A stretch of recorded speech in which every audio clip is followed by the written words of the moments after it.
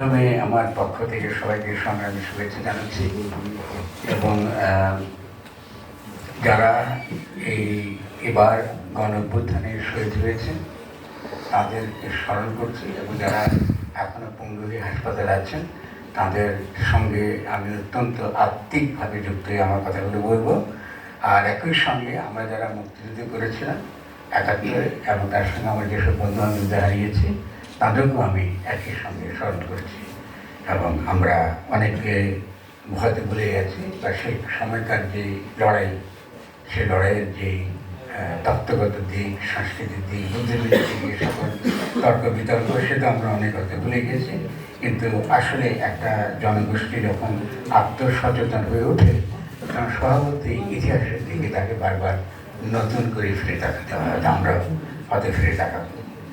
আপনারা আমাকে অনেক সংগঠিত করেছেন আজকে, সত্যি কথা। এবং আমি আজকে আমাদের মহাপরিচালক, আমার অত্যন্ত ঘনিষ্ঠ বন্ধু, আমার কমরেড মোহাম্মদ আজম, এবং তিনি হাজির রয়েছেন একটু পরে আমাদের পথে যেন একটা পরিণতি আসবেন, তিনিও আমাদের বন্ধু, ঘনিষ্ঠ বন্ধু। আমি আপনাদেরকে আমার ভালোবাসা জানাচ্ছি, আমার শুভেচ্ছা জানাচ্ছি। আর আমার বন্ধুরা যারা যাদেরকে দেখছি, অনেককে দেখছি এখানে, আপনারা কষ্ট করে আজকে এখানে এসেছেন, আমার জন্য একটা অত্যন্ত সম্মানের, অত্যন্ত বড় প্রাপ্তি। আমি আমাকে যখন এই বাংলা একাডেমি এই বক্তৃতা দেওয়ার অনুরোধ জানায় তখন আমি ঠিক ভাবছিলাম আমি কি নিয়ে কথা বলবো। তখন আমি মাঝখানে আমার একটুখানি একটা চোখের অপারেশন হয়েছে, আমি তো নিশ্চিত ছিলাম না যে আমি কিছু দেখতে পারবো কিনা আদৌ। তো এখন একটু দেখছি, কষ্ট হয়, আমার এখন বড় বড় করে লিখতে হয়। তো তারপরেও আমি ভেবেছি যে জিনিসটা নিয়ে আলোচনা করা দরকার। সেটা হলো যে আমাদের এখনকার লড়াই, গণ অভ্যুত্থানটা আপনারা অনেকে আমার বক্তব্য শুনেছেন। গণ অভ্যুত্থান যেটা হয়েছে এটা কিন্তু পূর্ণ বিজয়ের দিকে যায়নি। আমরা যেভাবে আশা করেছিলাম সেই বিজয়টা কিন্তু আমরা অর্জন করতে পারিনি। ফলে গণ অভ্যুত্থানটা অপূর্ণ রয়ে গেছে। একে যদি আমরা পূর্ণ করতে চাই, পূর্ণ করা মানে একটা গণ সার্বভৌমত্ব কায়েম করা, পূর্ণ সংবিধানের অধীনে না। মানে এর আগে যে ফ্যাসিস্ট সংবিধান রয়েছে বিদ্যমান, আমাদের চিন্তা চেতনার যে স্তরগুলো রয়েছে, যে প্রত্নতাত্ত্বিক স্তর থেকে এছাড়াও আমাদের আধা আবছা চিন্তা ভাবনা, এই স্তরগুলো যে আমরা পড়ে আছি, এই স্তরগুলো আমরা কিন্তু ভেঙে বেরোতে পারিনি। ভেঙে বেরোতে না পারার কারণেই আমাদের এই গণ অভ্যুত্থানটা দরকার ছিল একটা ঘোষণা দেওয়া জনগণের পক্ষে যে গণ অভ্যুত্থান মূলত সকল আইন এবং সংবিধান ভঙ্গ করে সে কিন্তু হাজির হয় এবং জনগণ হাজির হয়, বর্তমান হয় সমস্ত পুরনো আইন ভেঙে দিয়ে নতুন আইন বা নতুন রাষ্ট্র গঠন করবার প্রতিশ্রুতিতে। কেমন এই জন্য এটা গঠন শব্দটা খুব গুরুত্বপূর্ণ, যে পুরনো জিনিস ভেঙে গেছে, আমরা এখন নতুনভাবে নিজেরা গঠন করব। কেমন গুরুত্বপূর্ণ এটা বুঝতে পারেন। এই যে আমি শব্দগুলো ব্যবহার করছি, আমি খুব সাবধানে ব্যবহার করছি, কারণ আমাদের সমাজে এখনো চিন্তার যে স্তর, যেটাকে আমি খুব প্রত্নতাত্ত্বিক স্তর বলছি আমার কথা, এই প্রত্নতাত্ত্বিক স্তরের সমস্যাটা হচ্ছে এই, আমরা কথায় কথায় সংবিধান শব্দটা ব্যবহার করি। খেয়াল করেন, সংবিধান ইউজলেস। পৃথিবীতে যখন সংবিধান ছিল তখন সমাজ ছিল। পৃথিবীতে যখন সংবিধান থাকবে না তখন কিন্তু সমাজও থাকে, রাষ্ট্র থাকে। উদাহরণ কি, যেমন ইংল্যান্ড, তাদের কোনো লিখিত সংবিধান নেই।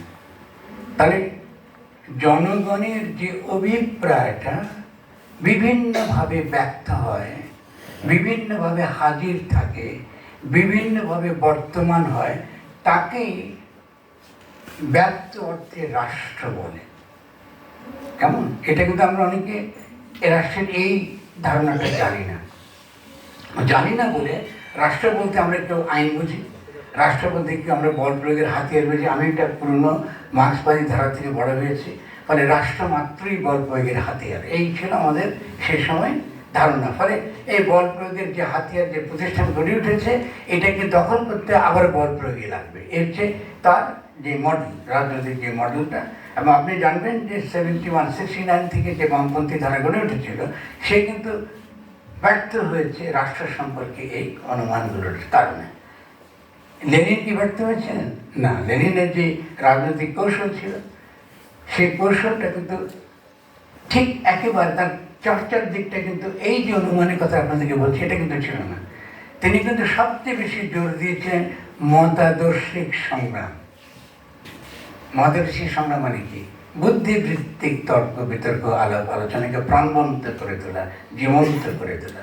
এর মাধ্যমে কিন্তু যেটাকে আমরা বৈশ্বিক পার্টি বলি এখন, সে কিন্তু তার যে ন্যায্যতা, তার বৈধতা এবং রাজনৈতিকভাবে সে জনগণকে পথ দেখাবার জায়গাটা সে কিন্তু খুঁজে পায়। কিন্তু পরবর্তীকালে এই যে চিন্তার ধারা যে রাষ্ট্রমাত্রই আরেকটি বল প্রয়োগের হাতিয়ার মাত্র, এই ধারণার কারণে আমাদের যে পরবর্তীকালে বলশেভিক রাষ্ট্র বা লেনিনের নেতৃত্বে গঠিত রাষ্ট্র, তার মধ্যে নানান সংকট আপনার দেখা দিয়েছে এবং আমরা তার ইতিহাসটা জানি। আজকে আমার কিন্তু আলোচনার বিষয় আমি এটা ভেবে আসিনি, কথা প্রসঙ্গে বললাম কারণ আমার কথা বুঝবার জন্য আপনাদের এটা দরকার। আমি যে বিষয় তাই বলবো যে আমাদের সমস্যাটা কি, একটু আগে যেটা আজম যেটা বললেন, আসলে আমরা 71 সালে আমরা কি করেছিলাম? 71-এ আমাদের লক্ষ্যটা কি ছিল? খুব পরিষ্কার লক্ষ্য করেছিল, আমরা একটা টেরিটোরিয়াল ভূখণ্ডগত স্বাধীনতার জন্য লড়াই করেছি। আমরা একটা হানাদার বাহিনীকে লড়েছি, যেহেতু এই পরিস্থিতির জন্য আমরা খুব তৈরি ছিলাম না। কেন তৈরি ছিলাম না? কারণ হলো যে তার আগে আমরা একটা প্রাদেশিক স্বায়ত্ত শাসন চেয়েছি, যে আমরা চেয়েছি যে একটা ফেডারেল স্টেট গড়ে উঠুক, একটা প্রাদেশিক স্বায়ত্ত শাসন আমরা চাই। আমরা যেহেতু 47 সালে পাকিস্তানের জন্য লড়াই করেছি, আমরা লড়াই করেছি, আমার বাপ দাদা যারা কৃষক তারা লড়াই করেছে, আমি লড়াইটা ন্যায্য এবং সঠিক এই লড়াই করেছি। কারণ হলো বাঙালি, তাদেরকে আমরা কৃষক বলি, তাদের অধিকাংশ ছিল বাঙালি মুসলমান। তাদের যে জমির অধিকার, জমির মালিকানাটা ক্ষুণ্ণ হয়ে যায় পার্মানেন্ট সেটেলমেন্টের কারণে। ফলে কৃষক লড়াই করেছে পার্মানেন্ট সেটেলমেন্টের মধ্য দিয়ে, যে জমি তারা হারিয়েছে সেই জমি উদ্ধারের জন্য। জমি তারা হারবার কারণে সেই জমির মালিক তারা হয়েছে মধ্যস্বত্বভোগী, এরা ছিল জমিদার মহাজন। এবং সেই জমিদার মহাজনদের যে পূর্ব বাংলা, তাদের দ্বারা শাসিত যে পূর্ব বাংলা, তাদের এখানকার শোষণ, এখানকার কৃষকদেরকে শোষণ করে তারা যে এই অর্থনীতি গড়ে উঠেছে, এই শোষণের ভিত্তিতে কলকাতা শহর গড়ে উঠেছে। কলকাতার প্রত্যেকটি রাস্তাঘাটে, প্রত্যেকটি তার পুরনো কলোনিয়াল জৌলুসের মধ্যে, এমনকি তার সাহিত্যের মধ্যে, তাদের যত ঠাকুর থেকে শুরু করে বন্দ্যোপাধ্যায়, চক্রবর্তী, ভট্টাচার্য, এদের দ্বারা লিখিত সমস্ত সাহিত্যের মধ্যে পরতে পরতে বাঙালি মুসলমানের রক্ত খুঁজে পাওয়া যাবে। ফলে 47 আমাদেরকে একইভাবে অন করতে হবে, এটা ছিল কৃষকের আন্দোলন। 47টা এসেছে বাঙালি মুসলমান তার জমি ফিরে পাওয়া, জমির পর অধিকার পাওয়ার আন্দোলনের জন্য। এবং তারপরে ঘটনাটা কি ঘটেছে, এরপরে আমরা দেখলাম যে একটা জমির মালিকানা পেয়েছে সে, তার প্রথম যে সংকট, তার প্রথম যে আত্মিক সংকট, এটা হলো তার ভাষা, তার সংস্কৃতি। ফলে সে ভাষা এবং সংস্কৃতির জন্য লড়াই করেছে। ফলে 47কেও যদি আপনি অস্বীকার করেন, আপনি কিন্তু 71কে অস্বীকার করবেন। 47টা ধারাবাহিকতা একই লড়াইয়ের। এবং এই লড়াই কবে শুরু হয়েছে? এই লড়াইটা শুরু হয়েছে 1857 সালে। নতুন নয়, আমি মুঘল সম্রাট আর নাই, মুঘল সেই পুরনো সাম্রাজ্য নাই, আপনি হারিয়েছেন। আপনি ভাবছেন যে আপনি আবার সেই সাম্রাজ্য ফিরে পাবেন, কিন্তু 100 বছর চলে গেল, আপনি ফিরে পাচ্ছেন না। ইতিমধ্যে আপনি ইংরেজি শিখেন নাই, আপনি ইংরেজের সঙ্গে ওঠা বসা করেন নাই, কিন্তু আপনারই আরেকটি সম্প্রদায় সে ইংরেজের সঙ্গে ওঠা বসা করেছে, ইংরেজি শিখেছে এবং সে আপনার চেয়ে অগ্রসর, সে উকিল হয়েছে, মুক্তার হয়েছে, সে শিক্ষা পেয়েছে, সে আধুনিকতার স্পর্শ পেয়েছে, সে শিল্প সাহিত্য সংস্কৃতি করেছে, আপনি পিছিয়ে পড়েছেন। তাহলে আপনি দেখা গেল যে একান্ত যে কৃষক, তার যে হীনমন্যতা, একই সঙ্গে তার যে আকাঙ্ক্ষা, হীনমন্যতা কেন সে পিছিয়ে পড়েছে, ফলে তার মধ্যে হীনমন্যতা কাজ করে। আবার অন্যদিকে সে কী হয়েছে, সে একই সঙ্গে সে একটা প্রতিযোগিতা, সে দেখতে চায় যে তারও বিকাশ ঘটছে, তার আত্মিক বিকাশ ঘটছে, তারও আর্থসামাজিক বিকাশ ঘটছে। এই আর্থসামাজিক বিকাশের অধিকার সে যখন চাইছিল, 1920 সালে ঢাকা বিশ্ববিদ্যালয় হয়, মাত্র খুব বেশি দিনের কথা না, কিন্তু সে 1920 সালের পরে যখন পাকিস্তান গঠিত হলো, পাকিস্তানে আপনারা যদি নিজেকে প্রশ্ন করেন যে কেন ভাষা আন্দোলন সফল হলো, ঢাকা শহরের অত্যন্ত ক্ষুদ্র একটা মধ্যবিত্ত শ্রেণী যে ভাষা এবং সংস্কৃতি নিয়ে কাজ করে, তাদের এই লড়াইয়ের সঙ্গে বৃহত্তর কৃষি সমাজের কি এমন সম্বন্ধ আছে? কিংবা বাদ দিন ঢাকা শহরের কুট্টিদেরও কি এমন সম্বন্ধ আছে? আপনারা তাহলে জানেন না, ইতিহাস খুঁজলে পাবেন। আব্দুল মতিন ভাই আমাদের মধ্যে এখন জীবিত নেই, তিনি আমাকে বারবার বলছেন যে ভুলে যাবেন না, আমরা যখন ভাষা আন্দোলন করছিলাম তখন আমাদেরকে যারা টাকা পয়সা বিভিন্নভাবে সহায়তা করেছিল, এটা ছিল ঢাকা শহরের কুট্টি এবং বিশেষত মেয়েরা। এদিন কলেজের মেয়েরা হাতের চুড়ি, সোনার চুড়ি তারা খুলে দিয়েছিল তার কাপড় যখন দিত। এটা ভাষা আন্দোলনের ব্যাকগ্রাউন্ড। ঢাকার আপনারা এখনো যাদের শহীদ মিনার যিনি তৈরি করেছেন, তিনি কিন্তু উর্দু স্পিকিং, যে প্রথম যে ইট দিয়েছে এসব কিছু তিনি উর্দু স্পিকিং ছিল। কেন করেছিল তারা? কেন? এই জন্য করেছিল। এটা একটু ভেবে দেখবেন, খুব গুরুত্বপূর্ণ ইতিহাসী ব্যাপার বুঝতে পেরেছি। করেছিল এই কারণে যে পাকিস্তান তারা চেয়েছে যে ওই যে দীর্ঘকাল জমিদারি শাসন, কলোনিয়াল শাসনে তারা জমে হারিয়েছে, লড়াই করে তারা তাদের দেশ তারা স্বাধীন করেছে। এই পাকিস্তানে তার যে আকাঙ্ক্ষা, তার যে কামনা, সে সন্তানকে পাঠাচ্ছে কলেজে, স্কুলে, সবেমাত্র সে বিশ্ববিদ্যালয়ে ঢুকেছে, মরিচ বিক্রি করে, চাল বিক্রি করে, পাট বিক্রি করে আপনি তার বুকে গুলি চালিয়েছেন। আপনি তার বুকে গুলি চালিয়েছেন। এটা কিভাবে প্রত্যেকটা কৃষকের বুকে গিয়ে বিঁধেছে। এটা শুধু ভাষার আন্দোলন ছিল না, একই সঙ্গে এটা ছিল একটা পেজেন্ট্রি, কৃষকেরও আন্দোলন। ফলে ভাষা আন্দোলন একই সঙ্গে কৃষকের যে আকাঙ্ক্ষা, তার যে চাহিদা, তার যে বাসনা, তার সঙ্গে এটা একত্র হয়ে গিয়েছে। ভাষা আন্দোলন সফল হয়েছে। এই ভাষা আন্দোলন যখন সফল হয়েছে, তারপরে এর মধ্য দিয়ে আমরা দেখলাম যে আমরা নতুন একটা জাতিবাদ গড়ে উঠছে। এই জাতিবাদটা সজ্ঞানে ইসলামকে বাদ দিচ্ছে তার জাতিবাদী বয়ানের মধ্য থেকে, ধর্মকে বাদ দিচ্ছে। কিন্তু রাষ্ট্র গঠনের প্রক্রিয়া, সমাজ গঠনের প্রক্রিয়ার মধ্যে ধর্ম থাকবে। এটা কি আপনি আসেন আসেন কোন একটা জাতি বলেন, একে আপনি যান্ত্রিকভাবে এটাকে বিচ্ছিন্ন করা যায় না। এই যান্ত্রিকভাবে বিচ্ছিন্ন ধারণাটা আমরা কোথায় পেয়েছি জানি না। এটা এমনকি পাশ্চাত্য নেই। পাশ্চাত্য সেকুলারিজমের যে চিন্তা, এখানে যান্ত্রিকভাবে বিচ্ছিন্ন। পাশ্চাত্য সেকুলারিজম একান্ত একটা পলিটিক্যাল কনসেপ্ট, রাষ্ট্র সংক্রান্ত কনসেপ্ট।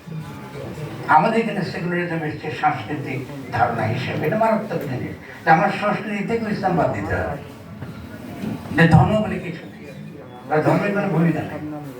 ফলে আমরা নতুন একটা বিভাজন আমাদের সমাজে দেখলাম। ৭১-এর মুক্তিযুদ্ধের পরে আমরা অতি সহজে পারতাম আমাদের বাঙালি ধারণার মধ্যে ধর্মের যে জিনিস, ধর্মের যে অন্তঃশ্বাস, তার যে মর্ম, এটাকে আমার ভাষা এবং সংস্কৃতির মধ্যে ঢুকে দেব। আমরা তাই করিনি। আমরা যান্ত্রিকভাবে থেকে আলাদা রেখেছি।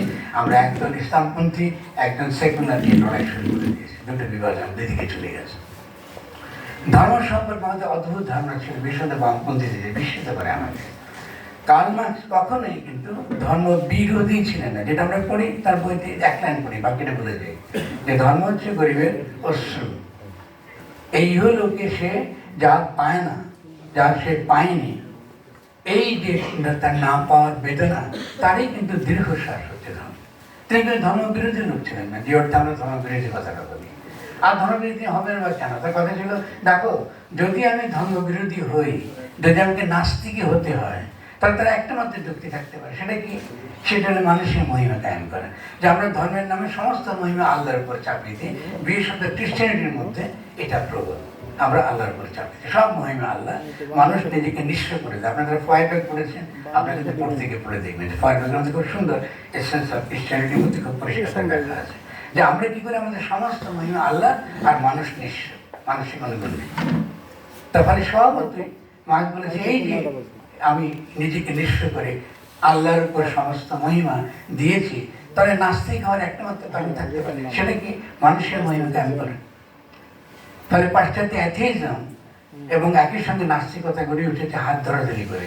নাস্তিকতা বলে কোনো এপিস্টেমোলজিক্যাল আপনি লেখা কারোর মধ্যে পাবেন না। সে কান বলুন কি হেগেল বলুন, কারোর মধ্যে কিন্তু এমনকি নিশ্চয়ের মধ্যে পাবেন না। গড ইজ ডেড বলার পরও তবুও সে ধর্ম সম্পর্কে তার যে বক্তব্য, তার মধ্যে এই তথাকথিত বঙ্গীয় নাস্তিকতা নাই। অদ্ভুত ব্যাপার, এত পশ্চাৎপদ চিন্তা কখনো ছিল না। ফলে বাংলাদেশে কোনো নাস্তিক নেই, প্রথম আমার প্রশ্ন কখনো ছিল না, এখনো নেই। তার নাস্তিকতা মাত্রই মানুষের মহিমা কায়েম করার দর্শন। এটা কিন্তু এপিস্টেমোলজিকে আল্লাহ আছে কি না এই তর্কটা না, এটা বালকীয় তর্ক, এটার কোনো অর্থ নেই। তা যেটা হয়েছে আমরা এই কাজটা করেছি কিন্তু সেমিটনের পরে। তো মার্ক্স কি বলছেন যে ধর্ম তাহলে আমরা কি ধর্ম নিয়ে চলবো না, এটা বলেন না তিনি বলছেন না ধর্মটা কি, সেটা ধর্মের মধ্যে কি দর্শন থাকে, তোমাকে অবশ্যই থাকে। সেটা হেগেলের কাছ থেকে আমি শুনে এসেছি। ধর্ম মাত্রই তার মধ্যে চিন্তা থাকে, মানে এমন ভাববেন না যে আপনি দার্শনিক রেখার চিন্তা করেন। ধর্মতত্ত্ব বা একজন আলেম বা ওলেমার মধ্যে কোনো দর্শন নেই, এটা ভুল ধারণা। কোরআন শরীফের মধ্যে কোনো দর্শন নেই, অবশ্যই কোরআন শরীফের দর্শনের বই বটে, আপনি পড়তে চাইলে পড়তে পারবেন। তাহলে কীভাবে পড়বেন? মার্ক্সের পদ্ধতি ছিল অনেকটা, আমি আপনাদের একটা প্রতীক দিয়ে বোঝাই। সেটা আপনি চিনে বাঁধন তো খান সকালে, চিনে বাঁধন খান। তাই চিনে বাঁধন যখন খান তখন কী করেন? বাইরের খোসাটা ভাঙেন, বাইরের খোসাটা আমাকে ভেতরের শ্বাসটা বের করেন, তারপর ওটা খান। তো ধর্মতত্ত্ব এরকম। আপনি যদি ধর্মতত্ত্ব থেকে দর্শনটা পেতে চান, তাহলে তার বাইরের যে খোলস, যেটা রহস্য আকারে এটাকে ঢেকে রাখে, তার মর্মের দিকটা সে যেটাকে ঢেকে রাখে, এটা আপনি তার মধ্যে আহরণ করবেন। এটা কিন্তু হেগেলের পদ্ধতিতে আছে যে তার মর্মটা আপনি আহরণ করবেন, নিয়ে তিনি কী করবেন, আপনি তখন তাকে দর্শন আকারে হাজির করবেন। তাই হেগেলের যে বইটা আপনি যদি কেউ পড়েন তার লজিক, সেখানে প্রথম কথায় বলতেছে ধর্মের যে বিষয় আর দর্শনের যে বিষয়টা একই। মানে আমার যে বিষয় যেটা নিয়ে আমি লিখতে বসছি, হেগেল বলছেন এটা আর ধর্মের বিষয় একই। তো সেটা কি? তো সেটা হচ্ছে আল্লাহ। আমি প্রমাণ করতে চাই যে আল্লাহ, এটা দার্শনিক ভাব, এটাকে ডেমনস্ট্রেট করে। তাদের প্রমাণ মানে কিন্তু আল্লাহ আছে ওটা প্রমাণ করে না, এটা আমি ডেমনস্ট্রেট করে দেখাতে, আমি প্রদর্শন করে দেখাতে চাই যে এটা লজিক্যালি এটা ডেমনস্ট্রেট করা সম্ভব, এটাকে প্রদর্শন করা সম্ভব যে ঈশ্বরের ধারণা, আল্লাহর ধারণা কী করে জ্ঞানের রূপ আকারে, প্রজ্ঞার রূপ আকারে একে বর্তমান করতে হবে। অদ্ভুত কথা। তো আমি, আপনারা আমাকে একটু আগে দার্শনিক বলে আমাকে অনেক বড় সম্মান দেয়, আমি এটা লজ্জিত হচ্ছে এর জন্য, কারণ আমি এত বড় জ্ঞানী ব্যক্তি নেই। আবার দার্শনিক ভাববার একটা বিরাট বিপদ আছে, কারণ যারা সত্যিকারের দার্শনিক তারা মনে করে আসলে দার্শনিক বলে কিছু নেই, দর্শন বলে কোনো বিষয়ই নেই। আপনি কি জানেন, শুনেছেন কখনো? কোনো দার্শনিক স্বীকার করে না যে দর্শন বলে কোনো বিষয় আছে। ইউনিভার্সিটিতে যে আপনি ফিলোসফি ডিপার্টমেন্ট, এরকম কোনো ডিপার্টমেন্ট দর্শনের জগতে নাই। কেন নাই? একটা মাত্র কারণ, যদি আপনি উদ্ভিদ বিজ্ঞান পড়েন, তো উদ্ভিদ বিজ্ঞানের সাবজেক্টটা, বিষয়টা কি, এটা আগাম নির্ধারিত থাকে, আগে ঠিক করে দেয় এটা উদ্ভিদ বিজ্ঞান। আপনি যদি ফিজিক্স পড়তে চান, এটা আগাম নির্ধারিত থাকে যে এটা ফিজিক্সের বই। কিন্তু দর্শনের কোনো বিষয় নেই, যে কোনো বিষয় নিয়ে আপনি চিন্তা করতে পারেন। ফলে দর্শন একটা সহজ বাংলা হলো সজীব এবং সক্রিয় চিন্তা। এই যে আমি কথা বলছি আপনার সঙ্গে, সজীব এবং সক্রিয় চিন্তা।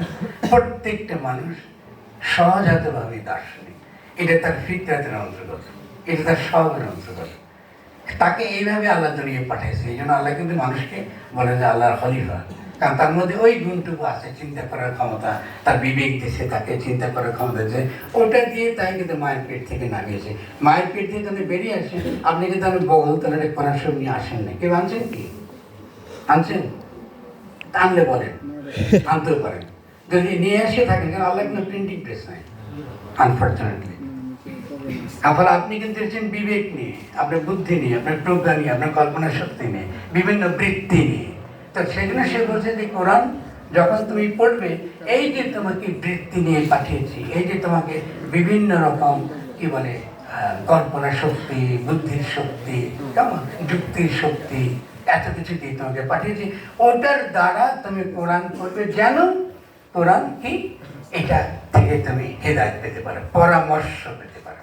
কোরআনকে তো নিজে কখনো আইনের বই বলেনি, বিধান বলেনি, কখনো বলেনি।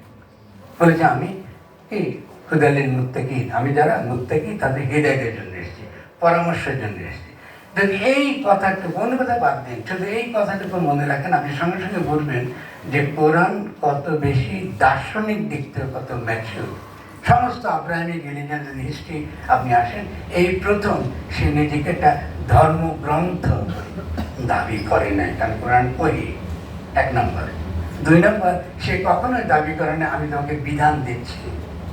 কারণ কেন দিচ্ছি না এই কারণে তোমাকে তো পাঠাইতেছি বিবেক দিয়ে, বুদ্ধি দিয়ে, বৃত্তি দিয়ে, কল্পনা দিয়ে, কত কিছু গুণ দিয়ে তোমাকে পাঠাচ্ছি।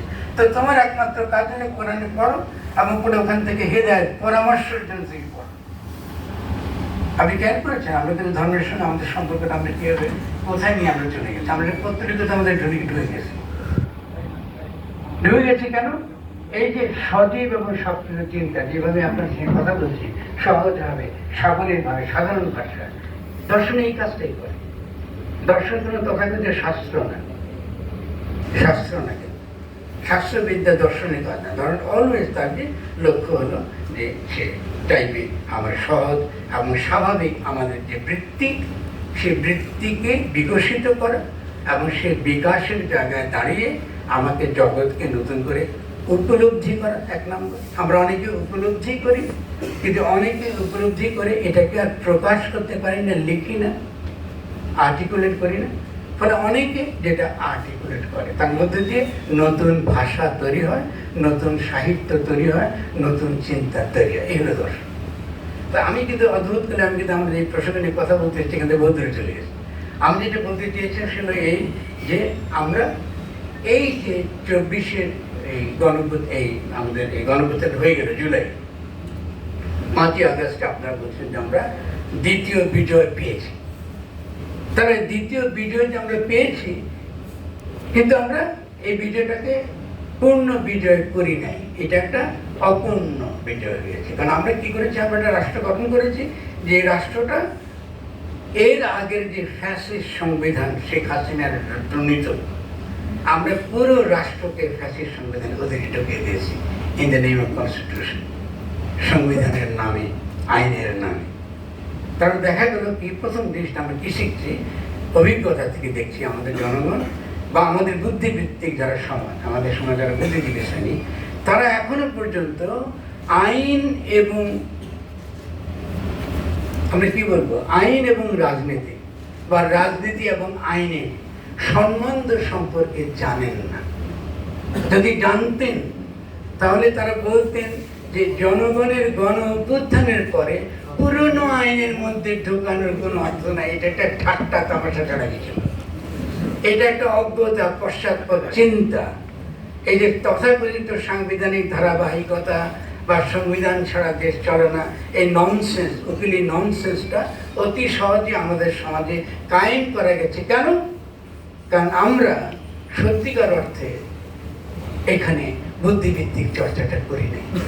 যদি করতাম তাহলে আইন এবং কি রাজনীতির সম্বন্ধ, এটা আমাদের বুদ্ধিভিত্তিক মহলে অনেক আগে থেকে স্পষ্ট থাকতো এবং আমাদের তরুণরা যারা এই গণ অভ্যুত্থানটা করেছে তারা বুঝতে পারত যে গণ অভ্যুত্থানের পরে তারা শপথ গ্রহণ করবে জনগণের কাছে এবং তারা ক্ষমতায় যাবে একটা ঘোষণার মাধ্যমে, যেটাকে বলে প্রোক্লেমেশন।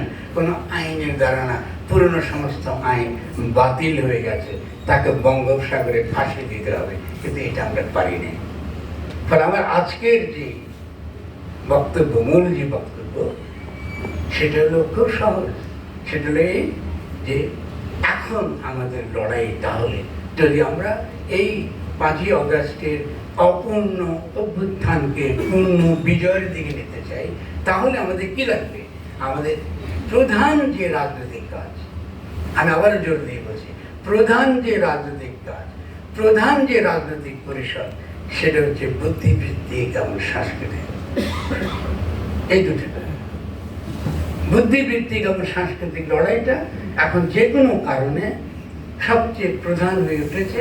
যে কারণে আমি এই কথাটাই আপনাদের সামনে তর্ক করার জন্য, তুলে ধরার জন্য এসেছি এবং আসবার পেছনে অনুপ্রাণিত বোধ করেছে যে বাংলা একাডেমি আমাকে এ বক্তৃতা দিতে দিয়েছে। এবং আমি আপনাদেরকে যেদিকে জোর দেব সেটা হলো এই, আমাদের এখনকার লড়াই একান্তই বুদ্ধিবৃত্তিক এবং একান্তই সাংস্কৃতিক। আপনারা বুদ্ধিবৃত্তিক এবং সংস্কৃতির মধ্যে কী বুঝেন, এটা আমরা পরবর্তীতে আমরা আলোচনা করব। এই আলোচনাটা করবার যে একটা বর্গ, যে কোনো একটা রাজনৈতিক বর্গ নিয়ে আমরা আলোচনা করতে পারি। সেটা যেমন আমি যেটাকে পছন্দ করেছি, এটার নাম হচ্ছে গণ অভিপ্রায়। আপনার প্রত্যেকে জানেন গণ অভিপ্রায়টা কি? এটা ছিল রুশো জেনারেল উইলের সহজ বাংলা।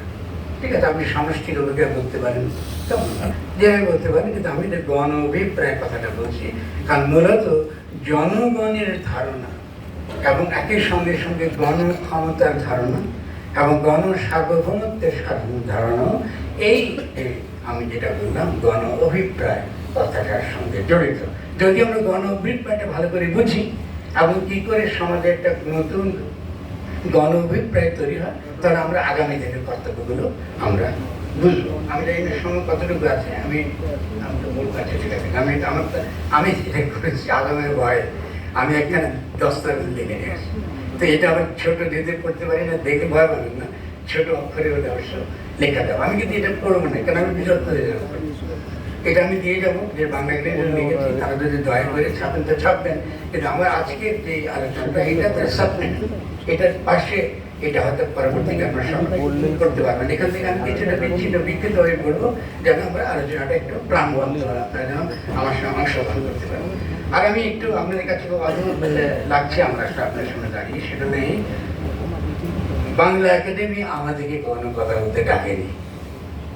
সেই প্রথম আমার জীবনে আমি বাংলা একাডেমির কথা বলতে এসেছি আমন্ত্রণ পেয়ে।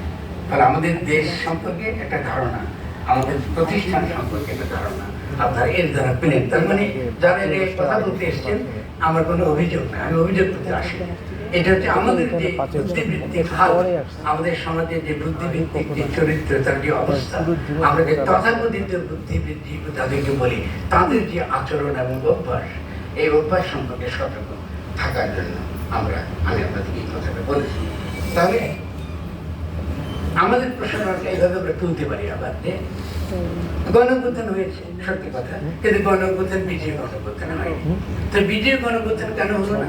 তার যে মূল যে কারণ, সেটা আমি আপনাদেরকে বলছি। সেটা হলো এই যে আমরা বুদ্ধিবৃত্তিক ভাবে বিভিন্ন রাজনৈতিক বর্গ সম্পর্কে যেসব বুদ্ধিবৃত্তিক আলাপ আলোচনা, যে সকল সাংস্কৃতিক লড়াই সংগ্রাম করার কথা ছিল, সেটা আমরা করিনি। এই বুদ্ধিবৃত্তিক আলোচনার মধ্যে আমি একটা ক্যাটাগরি বা বর্গ আমি বেছে নিয়েছি, সেটা হলো এই আমাদের গণঅভ্যুত্থান। এখন ধরুন আমরা যদি রুশোর জায়গায় যাই, ধরুন কেমন আমাদের রুশোর দিকে যাই, এই শব্দটা গণঅভ্যুত্থানের কথাটা মূলত আমরা রুশোদের প্রথম তার কাছে আমরা এটা দানা মাত্রা দেখেছি। তার ফলে আমি আমার লেখার মধ্যে রুশোর গণ অভিপ্রায়টা কি সেটা আলোচনা করেছি। কিন্তু তার আগে আমি আরো কিছু ধারণা আপনাদেরকে সহজভাবে বোঝাবার চেষ্টা করবো। একটা হলো প্রথমত এই গণ অভিপ্রায়টা মূলত বুদ্ধিবৃত্তিক এবং সাংস্কৃতিক আন্দোলনের মধ্যে তৈরি হয়। এটা এমনি না যে গাছের ফল পাকে আপনাকে হয়, তা না। কিন্তু মানে জনগণের অভিপ্রায় কথাটা নিঃসন্দেহে রুশো বলছিলেন। তো মার্কস কিন্তু রুশোকে বলছেন যদি রুশো একটা ব্যক্তির ধারণা অনুমান করে কথাবার্তা বলছে, যে গণ অভিপ্রায় জেনারেল উইল, বহু মানুষের একটা সমষ্টি ইচ্ছা বা অভিপ্রায়ের কথা বলছে, কিন্তু এরা সকলে ব্যক্তি, স্বাধীন ব্যক্তি, প্রত্যেকে কিন্তু স্বাধীন। কিন্তু এই যে স্বাধীন ব্যক্তির অনুমানটা রুশো করলেন, এই অনুমান তো আসলে সার্বজনীন না। কারণ এই ব্যক্তি সবে মাত্র 18 শতকের শেষের দিকে পাশ্চাত্যে বা ইউরোপে আসছে মাত্র। কি করে আসছে? কারণ তার আগে প্রজাতান্ত্রিক সমাজ গড়ে উঠছে, সামন্ততন্ত্র ভেঙে যাচ্ছে। সামন্ততন্ত্র ভাঙবার ফলে আমরা দেখতে পাচ্ছি যে আমরা সমাজে ব্যক্তি, পুরনো যে প্রাকৃতিক সম্পর্ক, আমাদের পারিবারিক সম্পর্ক আর আগের মতো নাই। কারণ এর আগে আমরা একটা পারিবারিক সম্পর্কের মধ্যে একটা প্রাকৃতিক বন্ধনের মধ্যে আমরা নিজেকে আবিষ্কার করতাম, কিন্তু এখন প্রজাতান্ত্রিক সমাজে আমরা এসে দেখছি আমরা একদম বিচ্ছিন্ন ব্যক্তি, প্রকৃতির সঙ্গে আমাদের কোনো সম্পর্ক নাই। আমরা নিছকই একটা শরীর হিসাবে, একটা দেহ হিসাবে সমাজে ভেসে বেড়াচ্ছি। এই যে বাস্তব পরিস্থিতি, এই বাস্তব পরিস্থিতির মধ্যে আমরা বুর্জোয়া চিন্তা চেতনা আবির্ভাব লক্ষ্য করি। এই ব্যক্তি যখন হাজির হয়, তখন এই ব্যক্তি যে শুধু চেতনাবদ্ধ ব্যক্তি তা কিন্তু না, কারণ আগে কিন্তু পরিতান্ত্রিক ব্যবস্থার কারণে সামন্ততন্ত্র ভেঙে গেছে, পুরনো প্রাকৃতিক সমস্ত সম্বন্ধ ভেঙে গেছে, ফলে ব্যক্তি এখন হাজির হয়ে গেছে। এই নিজেকে দেখতে শেষে প্রকৃতির সঙ্গে আগের মতো যুক্ত না, পরিবারের সঙ্গে তার সম্পর্ক আগের মতো প্রাকৃতিক না, কেমন? ফলে সে নিজেকে একদম একা এবং নিঃসঙ্গ ব্যক্তি হিসেবে নিজেকে আবিষ্কার করে। এই একা এবং নিঃসঙ্গ যে ব্যক্তি তারই গল্প আমরা রবিনসন ক্রুসোর গল্প আমরা পাই। এটা আমি মার্ক্সের লেখার মধ্যে আপনি পাবেন যে রবিনসন ক্রুসো তার যে গল্প, সেও কিন্তু একটা বিচ্ছিন্ন নিঃসঙ্গ ব্যক্তি, কিন্তু সে যা কিছু কাজ করে সে কিন্তু আসলে সমাজের ভেতরে থাকা একটা নিঃসঙ্গ ব্যক্তি। সে সমাজের মধ্যেই আছে, কিন্তু সে কিন্তু নিঃসঙ্গ এবং একটা একা নিজেকে উপলব্ধি করছে। আমরা জীবনদাসের একটা কবিতা আছে না, যে স্বর্ণকে থেকে আমি একা হয়ে যাচ্ছি, এটা কিন্তু বুর্জীয় চিন্তা চেতনার সবচেয়ে সুন্দর সহজ একটা অভিব্যক্তি। তা এই যখন ব্যক্তি আসে, এই ব্যক্তিদেরকে অনুমান করে রুশো সাধারণ ইচ্ছার কথা বলছে। মানে রুশো যখন সাধারণ ইচ্ছার কথা বলছে, তিনি আদতে একটা বুর্জীয় গণতান্ত্রিক রাজনীতির পক্ষে তিনি একটা ওকালতি করেছেন, তার পক্ষে তিনি কথা বলেছেন। এবং এই ব্যক্তিগুলো সব স্বাধীন, এবং এই ব্যক্তিগুলো যখন স্বাধীন, কিন্তু যখন তাদের মধ্যে একটা সামষ্টিক চেতনা তৈরি হয়, কীভাবে তৈরি হয়? আন্দোলন সংগ্রামের মধ্যে দিয়ে লড়াই করতে আছে বিভিন্ন আপনার বিষয় নিয়ে, সেটা অর্থনৈতিক ইস্যু হতে পারে, সাংস্কৃতিক ইস্যু হতে পারে, বিভিন্ন বিষয় হতে পারে। সে ফলে সে কী করে?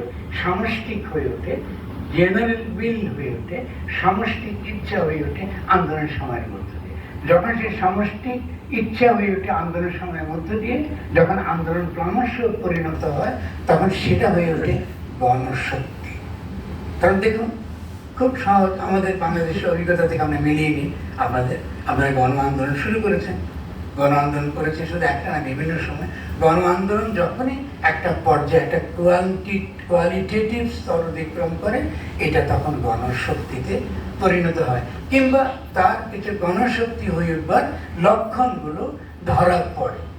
ধরুন আপনাদের জেনে বলি যে এই যে আমাদের 5ই অগাস্টের যে বিপ্লবটা আমরা করলাম, তাহলে এই যদি আমরা দেখি এখন এই যে আমি যেভাবে রাজনৈতিক দার্শনিক পর্যালোচনা করছি, যদি তাকে বিচার করি, তাহলে এই গণ আন্দোলন গণশক্তিতে রূপান্তরিত হবার মুহূর্তগুলো কখন, এটা কিন্তু আমি ধরতে পারবো খুব সহজে। প্রথম মুহূর্ত ছিল যখন কোটা সংস্কারকে আমরা যখন বৈষম্য বিরোধী আন্দোলন বললাম, মানে একটা পার্টিকুলার আন্দোলনকে যখন আমরা একটা সার্বজনীন রূপ দেওয়ার চেষ্টা করব। এটা তারা সজ্ঞানী করেছেন কি অজ্ঞানী করেছেন, এই তর্ক বৃথা, এটা ইতিহাস। ফলে ছাত্ররা সজ্ঞানে বা অজ্ঞানে যে কোনো কারণ হোক না কেন, তারা কি বলেছে? কোটা বিরোধী আন্দোলন আন্দোলনটা করতো, জনগণ এই আন্দোলনের সঙ্গে সম্পৃক্ত হতো না। এক নম্বর, এটা একটা গুরুত্বপূর্ণ মুহূর্ত। দ্বিতীয় গুরুত্বপূর্ণ মুহূর্তটা কি ছিল? দ্বিতীয় গুরুত্বপূর্ণ মুহূর্তটা ছিল যখন শেখ হাসিনা রাজাকার বলল। কি হয়েছে তাদের? রাজাকার বলে এমন কি সমস্যা? এত তো রাখবার তো কিছু নেই, কিন্তু আমরা লক্ষ্য করলাম অদ্ভুত, এই প্রথম আপনি তাকে আপনার ডিগনিটি, আপনার মর্যাদা, ব্যক্তির মর্যাদাকে হানি করেছে, সেই হিসেবে আপনি রিয়েক্ট করবেন। এটা দ্বিতীয় মুহূর্ত। এই মুহূর্তের দ্বারা আপনি অতি সহজে বুঝতে পারবেন যে বাংলাদেশে একটা বুর্জোয়া গণতান্ত্রিক বিপ্লবের উপাদানগুলো তৈরি হয়ে যাচ্ছে। যে আমার ব্যক্তির স্বাধীনতা এর আগে ছিল, আমাদের সমাজে ব্যক্তির স্বাধীনতা ছিল, সে সমাজ বিচ্ছিন্ন ব্যক্তি স্বাধীন হিসেবে দেখতো নিজেকে, সে সমাজের বাইরে স্বাধীন। তার যদি উদাহরণ চান, আপনি অনেকের উদাহরণ পাবেন, আপনাদের সাহিত্যের মধ্যে পাবেন, শিল্প সাহিত্যের মধ্যে একটা সমাজ বিচ্ছিন্ন ব্যক্তি আপনি মেলা উদাহরণ পাবেন, কবিতাতে পাবেন, ঠিক আছে? তো এই ব্যক্তি সমাজ বিচ্ছিন্ন ব্যক্তি ধারণাটা আমরা এখানে দেখতে পাচ্ছি অদ্ভুতভাবে। এটা একটা সামষ্টিক মর্যাদা ক্ষুণ্ণ হয়েছে, সামষ্টিক মর্যাদা ক্ষুণ্ণ হয়েছে একটা গণ আন্দোলনে যারা জড়িত তাদের। ফলে অবিলম্বে সেটা একটা নতুন রূপ পরিগ্রহণ করলো, নতুন রাজনৈতিক রূপ পরিগ্রহণ করলো। এটাকে আপনি অতি অনায়াসে দার্শনিকদের ভাষায় বা রাজনৈতিক পরিভাষায় বুর্জোয়া গণতান্ত্রিক চিন্তা চেতনার অভিক্ষেপ আকারে আপনি এটা আমি চিন্তা করতে পারি। তো এরপরের স্তরটা কি ছিল? এরপরের স্তরটা ছিল অবশ্যই সভাপতি আমরা প্রত্যেকে জানেন যে যাদের বিরুদ্ধে তারা লড়াই করছে সে শক্তিকে পরিষ্কারভাবে চিহ্নিত করা এবং সে চিহ্নিত করতে গিয়ে তাদের নিজেদের মধ্যে যে সকল তথাকথিত মতাদর্শিক বিভাজনগুলো ছিল এটাকে বাদ দিয়ে শত্রুর প্রতি সুনির্দিষ্ট লক্ষ্য রেখে সংগঠিত হয়। কিভাবে এটা করবে ছাত্ররা?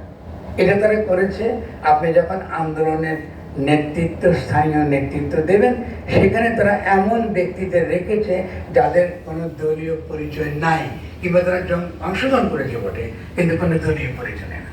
মানে আমি মুক্তিযুদ্ধের চেতনা বিশ্বাস করি, কি আমি ইসলামী জাতিবাদে বিশ্বাস করি, এরকম না। তুমি আসবে, কি জন্য আসবে? কারণ আমাদের লক্ষ্য খুব পরিষ্কার। আমরা কি করতে চাই? আমরা ফ্যাসিস্ট শক্তির বিরুদ্ধে, ফ্যাসিস্ট রাষ্ট্র ব্যবস্থার বিরুদ্ধে আমরা লড়াই করতে চাই, এবং ফ্যাসিস্ট রাষ্ট্র ব্যবস্থার বিরুদ্ধে লড়াই করতে গিয়ে আমরা কি করতে চাই? আমরা এই পুরো গণ আন্দোলনকে গণশক্তিতে রূপান্তরিত করতে চাই। তাহলে যেহেতু তারা কৌশলগতভাবে মতাদর্শিক বিভাজনের প্রশ্নটা কৌশলগতভাবে নিরসন করেছে, এই হলো আরেকটি মুহূর্ত যখন এই গণ আন্দোলন দ্রুত গণশক্তিতে রূপান্তরিত হয়। এসবই কিন্তু আপনি যদি রাজনৈতিক সাহিত্য পড়েন, ফরাসি বিপ্লব করেন, এমনকি ইরানের বিপ্লব যদি আপনি স্টাডি করেন, পৃথিবীর যে কোনো দেশের বিপ্লব স্টাডি করেন, এটাই কিন্তু তার চরিত্র লক্ষণ। এটা খুব সহজে বুঝতে পারেন প্রত্যেকটা মুহূর্তে মধ্যে তার কি বদলটা তার ঘটেছে। এখন গণশক্তি যখন সে রূপান্তরিত হয়েছে, এই গণশক্তির জোরে শেখ হাসিনা উৎখাত হয়েছে এবং তিনি পালিয়েছে। কিন্তু এখান থেকে বিপদটা শুরু। তিনি পালিয়ে যাওয়ার পরে আপনি কি করবেন? কারণ আপনি তো লক্ষ্যটা ছিল একজন ব্যক্তিকে কেন্দ্র করে। এর আগে কিন্তু এটা ছিল আমাদের সমাজ, এক দফা এক দাবি, এরশাদ পীর কবিরের মনে আছে তো, ভুলে গেছিল বলে এটা ছিল দাবি স্লোগান। এখানেও কিন্তু আপনি দেখবেন এক দফা এক দাবির মধ্যেই কিন্তু আন্দোলন ঢুকে গিয়েছিল। শুধুমাত্র লেজের মতন অত্যন্ত আচ্ছা ভাবে বলেছে না, আমরা ফ্যাসিবাদের বিলোপ চাই, ঢুকেছিল। এটা কিন্তু প্রধান ছিল না। কেন?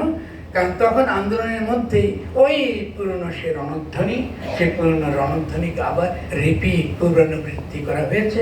সেটা হলো এই ব্যক্তিকে সরাও, ব্যবস্থা কেনা, ব্যক্তিকে সরাও, ব্যবস্থা কেনা। ফ্যাসিবাদের বিলুপ্তি বলেছ, কি করে ফ্যাসিবাদের বিলুপ্তি হবে? আর ফ্যাসিবাদটা শুধু মতাদর্শ, সেই ফ্যাসিবাদী মতাদর্শটা শুধু যে বাঙালি জাতিবাদ এটা তো না। ফ্যাসিবাদী মতাদর্শ একই সঙ্গে ধর্মীয় জাতিবাদও। ধর্মীয় জাতিবাদের দুইটা রূপ আমাদের দেশে প্রবলভাবে সক্রিয়। একটা হচ্ছে যে যাকে আমরা ধর্মীয় ইসলামী জাতিবাদ বলতে পারি, আরেকটা হচ্ছে ধর্মীয় হিন্দু জাতিবাদ বলতে পারি। দুটো জাতিবাদের ধর্ম, জাতিবাদের দুটো রূপ। এই দুটো যে জাতিবাদী ধর্মটা চরিত্রের দিক থেকে সেটা কোনোভাবে বাঙালি জাতিবাদ থেকে আলাদা কিছু না। এখানে সেকুলারিজম বনাম ধর্মের তর্ক করে কোনো লাভ নেই। সকল জাতিবাদী কোনো না কোনো পর্যায়ে ফ্যাসিস্ট রূপ পরিগ্রহণ করে। এটা কেন করে? এটা কারণটা কি? এটা কারণটা খুব সহজ। কারণ ফ্যাসিবাদের যে মূল যে ভিত্তি, তার যে তর্কের জায়গাটা হচ্ছে পরিচয়বাদ। এই পরিচয়টা চিরায়ত, আবহমান। আমরা বলি না বাঙালি আবহমান বাঙালি, বলি তো, শুনেছেন অনেক বইতে, পাঠ্য বইতে পড়েছিলাম। আবহমান বাঙালি বলতে কিছু নেই। বাঙালিতে একটা হিস্টোরিক্যালি তার বিবর্তন ঘটেছে, সে হাজির হয়েছে। তাহলে আপনি যখন বলেন যে আপনার পরিচয়টাই একমাত্র প্রধান, আপনি ধরুন মুসলমান, এখন যদি জিজ্ঞাসা করে আপনি মুসলমান কেন, আপনি মুসলমান হওয়ার তাৎপর্যটা কি? মুসলমানে কি আছে ইসলামে যেটা আপনাকে অন্য ধর্ম থেকে পৃথক করে? তার দার্শনিক দিক কি, তার তত্ত্বগত দিক কি?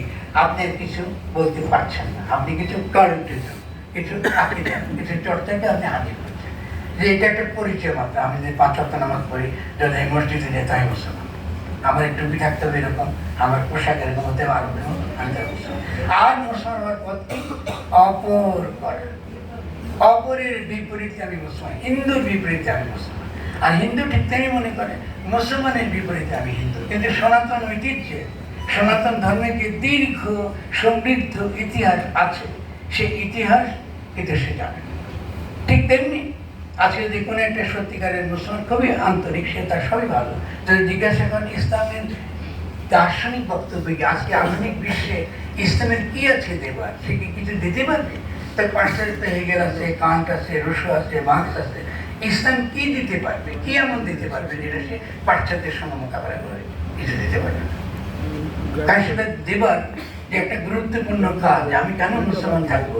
কারণ কোরআন একটা একই সঙ্গে ধর্মগ্রন্থ ছাড়াও কোরআন যে একটা দর্শনের বই, এটাকে দর্শনিক বই আকারে পাঠ করা যায়। এইটা তো আমরা আমাদের সমাজে আসি নাই, আমরা সমাজে ঢুকি নাই। আমাদের তথাকথিত বুদ্ধিজীবীরা নিজেও কখনো কোরআন উঠে দেখে নাই কি আছে, কি আছে জিজ্ঞাসা করলে কিন্তু আমরা দেখবেন আমরা জানি না, অর্থগুলো জানি না, বুঝতে পারি না। তাই যদি বুঝতে না পারেন তাহলে মুসলমান থাকার দরকারটা কি? আপনি যে মনে করেন আপনি বুঝতে হবে যে কোরআনের প্রকৃতি সত্যি। আজকে থেকে 2000 বছর আগে তার তো কিছু দার্শনিক প্রস্তাবনা আছে, তার সে দার্শনিক প্রস্তাবনা কি, তার তো কিছু রাজনৈতিক প্রস্তাবনা আছে। ইসলামী রাষ্ট্র না, ইসলামী রাষ্ট্র মানে কিন্তু খ্রিস্টান রাষ্ট্র, আমি এটা পরে আসছি। তার তো কিছু দার্শনিক প্রস্তাবনা আছে, সে কেমন করে সমাজকে গঠন করতে হয়, সে কেন উম্মা বলে, মুসলিম উম্মা বলে কোনো উম্মা নেই, বিশ্ব সমাজ আছে। তার কেন বিশ্ব সমাজ গঠন করবার এই আকাঙ্ক্ষা, একটা ট্রাইবাল সমাজে এই আকাঙ্ক্ষাটা কেন গড়ে উঠলো? এই ধর্মটা কেন রক্তবাদ, গোত্রবাদ, গোষ্ঠবাদ সমস্ত কিছুর নিরাকরণ চায়? কেন সমস্ত কিছু উৎখাত করতে চায়? কেন সে মানুষকে একত্র করতে চায়? কেন সে তৌহিদের কথা বলে? কেন তার রাজনীতিটা, কেন তার ধর্মটা আসলে ধর্মতত্ত্ব নয়, তার পুরো ব্যাপারটা হলো কি, পুরো ব্যাপারটাই রাজনৈতিক। ইসলাম আগাগোড়া 100 ভাগ এটা পলিটিক্যাল রিলিজন, আগাগোড়া। কারণ সে একটা নতুন সমাজ গড়তে চায়, এটা নতুন বিশ্ব সমাজ, এটা বৈচিত্র্য, একটা বাগানের মতো, বিভিন্ন জাতির বিভিন্ন বর্ণের মানুষ একই সঙ্গে তারা বাস করবে।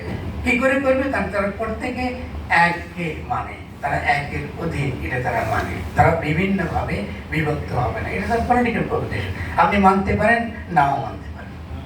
ফলে ইসলামে যদি আপনি এপিস্টেমোলজিক্যালি জ্ঞানতাত্ত্বিকভাবে আল্লাহ আছে কি নাই এটা যদি আপনি তর্ক করতে নামেন, আপনি বোকা বনে যাবেন। ইসলামে আছে না এখন তর্কই নেই। কেন নেই? কারণ ইসলাম তো পরিষ্কারই বলতেছে আপনাকে আত্মসমর্পণ করতে হবে গায়ে। আপনি গায়ে যা নাই, যে অনুপস্থিত, যা নিত্য অনুপস্থিত, আপনাকে সেখানে আত্মসমর্পণ করতে হবে। যে নাই, যে নাই কেমন, সে তো আপনি ধরেন এই যে আমাকে একটা কার্ড আছে, এটা বিশেষ সময়ে বিশেষ কালে আছে, তো যে নাই সে তো কোনো বিশেষ সময়ে বিশেষ কালে থাকে না। আপনি তো আল্লাহকে কোনো জায়গায়, যে বাংলা একাডেমির ওখানে গেলে ওই সময় গেলে পাবেন। তাহলে বস্তু সম্পর্কে আছে কথাটা খাটে, এটা আমরা যারা কান করেছি, আমাদের কান একটু মনোযোগের সঙ্গে পড়েছি, আমরা জানি এটা বস্তু সম্পর্কে খাটে, কিন্তু আল্লাহর সম্পর্কে খাটে না। যদি আল্লাহর সম্পর্কে না খাটে, আছে কথাটা না খাটে, আল্লাহ সম্পর্কে নাই কথাটাও খাটে না। ওকে, দেখেন এটা কিন্তু এপিস্টেমোলজিক্যাল রিলিজিয়ন, জ্ঞান তত্ত্ব দ্বারা এটাকে বুঝবেন। এটাকে আপনাদের বুঝতে হবে তার পলিটিক্যাল অ্যাসপিরেশন আছে দ্বারা। ফলে স্বভাবতই আমরা যে দর্শন, আজকে যদি আমরা রাজনৈতিক জগতে প্রবেশ করতে চাই এবং এই ধর্মবাদী ফ্যাসিজমকে মোকাবেলা করতে চাই, আমাদের প্রথম কাজ হচ্ছে ইসলামের যে মহিমা, তার যে অত্যন্ত মৌলিক দার্শনিক প্রস্তাবনা, এটা সাহসের সঙ্গে হাজির করা, হীনমন্যতা ত্যাগ করা। যেখানে দর্শন খ্রিস্টানির মধ্যে আছে, খালি দর্শন গ্রিক দর্শনে আছে, ইসলামে কিছু নেই। ইসলামিক আছে ইমাম গাজ্জালি, আর আছে কি ওই যে পুরনো বিভিন্ন অনেকগুলা লেখা, যেখানে সত্যিকারের এই কালে আমরা বুদ্ধির দ্বারা, আমাদের সহজ বিচারের দ্বারা এটা আমরা বুঝতে পারব। তো আমি আবার আগে ফিরে যাই, আমরা কোথায় গেলাম? উনি গণশক্তি তৈরি করেছি। গণশক্তি আন্দোলনের মধ্য দিয়ে আমরা কিন্তু অতি সহজে আমরা পরবর্তী স্তরে ঢুকতে পারতাম, যেটাকে বলা হয় গাঠনিক শক্তি। কারণ যখনই গণশক্তির মধ্য দিয়ে আপনি বিদ্যমান ক্ষমতাকে উৎখাত করে ফেলেছেন, গণশক্তি তৎক্ষণাৎ গাঠনিক শক্তির রূপ নেয়। আমি আবার বলি, এটা খুব গুরুত্বপূর্ণ বুঝতে পারেন। আপনি যেদিন শেখ হাসিনা পালিয়েছে 5 তারিখে, তাহলে যারা আন্দোলন করেছে, আন্দোলনে যারা নেতৃত্বে, গাঠনিক শক্তি বা রাষ্ট্রের শক্তি তৎক্ষণাৎ তাদের কবজায় এসে গিয়েছে। পুরো গাঠনিক শক্তি, যেটাকে আইনের ভাষা এবং রাজনৈতিক সাহিত্যের ভাষায় বলা হয় কনস্টিটিউয়েন্ট পাওয়ার। এই গাঠনিক শক্তি তাদের হাতে এসে গিয়েছে, তারা আইনের ঊর্ধ্বে উঠে গিয়েছে। তারা কোনো আইন আর তাদেরকে ওর অধীনে নিতে পারবে না। কিন্তু ঘটনাটা অন্যরকম হয়ে গেল। তার মধ্যে মাত্র আজকে থেকে আমি ঘোষণা দিলাম আমরা ক্ষমতা গ্রহণ করলাম, আমাদের আদেশে দেশ চলবে। আচ্ছা খেয়াল করেন, এই যে আমি বললাম আপনার কাছে মনে হচ্ছে এটা কি সম্ভব? অবশ্যই সম্ভব। সামরিক শাসন কি করে হয় বলেন তো? সামরিক শাসন হয় যখন অভ্যুত্থান করে, সামরিক অভ্যুত্থান হয়। অভ্যুত্থান হওয়ার পরে কি হয়?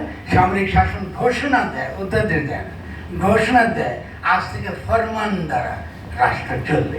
তাহলে এই গণ অভ্যুত্থানের যারা নায়ক, তাদের ফরমান দ্বারা দেশ চলবে না কেন? খুব সহজ কথা। তাহলে সামরিক শাসন কি করে?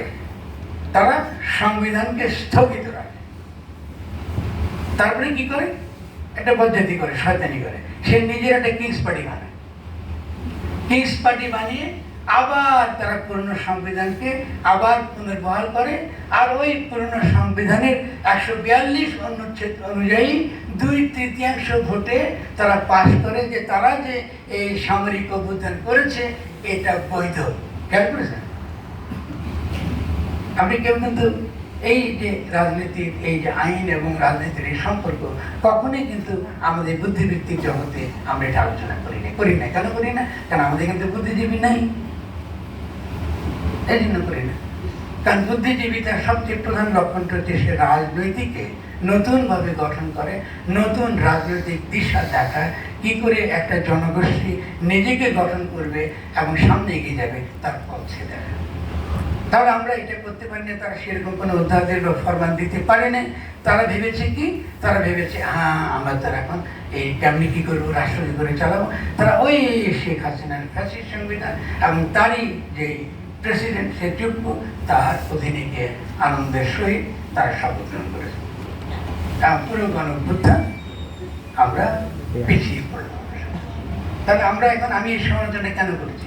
প্রথমত যাতে আমরা ক্রিটিক্যালি এটা দেখুন। আমাদের কাছে এখন চ্যালেঞ্জটা অদ্ভুত একটা চ্যালেঞ্জ এসে হাজির হয়েছে। একদিকে এই গণ অভ্যুত্থানটা অপূর্ণ, তার জন্য আমরা সমালোচনা করছি এটা পূর্ণ করার জন্য। কিন্তু অন্যদিকে এই গণ অভ্যুত্থানে যা কিছু আমরা অর্জন করেছি না কেন এটাকে নস্যাৎ করার জন্য একটার পর একটা কিন্তু কাউন্টার টু পাল্টা অভ্যুত্থানের চেষ্টা চলছে কিন্তু থামে নেই। আগামী দিনে এই সরকার কতদিন থাকবে আমার কোনো ঠিক বলতে পারবো না। আর যদি আগামী দিনে এই সরকার না থাকে, তার জন্য এখানে আপনারা যারা আছেন বাংলা একাডেমি পড়তে কিন্তু দেয়। কারণ এই বুদ্ধিবৃত্তিক দায়টা আপনাদের, এটা আপনাদের বুদ্ধি উচিত ছিল যে কি করে করতে হবে। কেন আমাদেরকে এই কাজটা অবশ্যই এই সরকারের, এই ধরনের গণঅভ্যুত্থানের সরকারের অবশ্যই সংবিধান বাতিল করবার এবং নিজেদেরকে নিজেরা নতুন করে গঠন করবার পূর্ণ অধিকার তাদের রয়েছে। এখন খেয়াল করেন, আমি একটা শব্দ বলেছি, শব্দের হলো গঠন, শব্দটা কিন্তু সংবিধান। কেন আমি গঠন কথাটা ব্যবহার করছি? এই কথার ব্যবহারের সবচেয়ে বড় কারণ হলো সংবিধান একটা কলোনিয়াল ধারণা। সংবিধান মানে এটা একটা ঔপনিবেশিক ধারণা। এর মানেটা কি? আমরা যদি আপনাকে শাসন করতে চাই, আমি আপনাকে শাসন করব, ফলে আমি একটা আইন লিখব। সে আইন লিখে সেটাকে বলবো এটা সংবিধান, এবং সেটা হবে আপনাকে শাসন করবার একটা দলিল। কিন্তু জনগণ, আমরা যে জনগণ এই ফ্যাসিস্ট শক্তিকে উৎখাত করেছি, আমরা তো এরকম শাসক আর শাসিত এইভাবে তো বিবেচিত হব। তাহলে আমরা কি করব?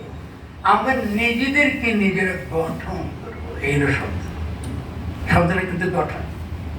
কিভাবে গঠন করবো? আমরা ঠিক করবো যে আমাদের পরস্পরের সঙ্গে সম্পর্কটা কেমন হবে। কি করে আলোচনা হতে পারে? হতে পারে এরকম যে আমরা তো প্রত্যেকে স্বাধীন সত্তা, আমরা প্রত্যেকে স্বাধীন, আমরা ব্যক্তি স্বাধীন। আমরা এই যে স্বাধীন ব্যক্তি, এটা যদি স্বাধীন থাকি তাহলে তো আমরা আমাদের ইকোনমি চালাতে পারবো না, আমাদের এই রাষ্ট্র চলবে না। ফলে আমাদেরকে অবশ্যই একটা সামষ্টিক ইচ্ছার মধ্যে প্রবেশ করতে হবে, একটা জেনারেল উইল এর মধ্যে প্রবেশ করতে হবে। এই যে ইচ্ছাটা, এই যে ইচ্ছার কথা আপনাদেরকে বলছি, অভিপ্রায়ের কথা বলছি, এটাই তখন কি দাঁড়ায়, এটাই তখন হয়ে ওঠে গাঠনিক শক্তি, এবং তার দ্বারা আমরা একটা নতুন রাষ্ট্র গঠন করবার জায়গায় আমরা প্রবেশ করি। আমি একটু পানি পেলে ভালো, এটা সময় বলে আমাদের কথা বলে। আচ্ছা, ঠিক আছে, ধন্যবাদ। ঠিক আছে, ধন্যবাদ।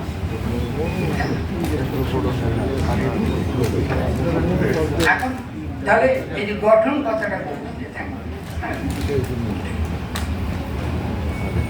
যে পানিও আনেন প্রেরণা দেওয়া।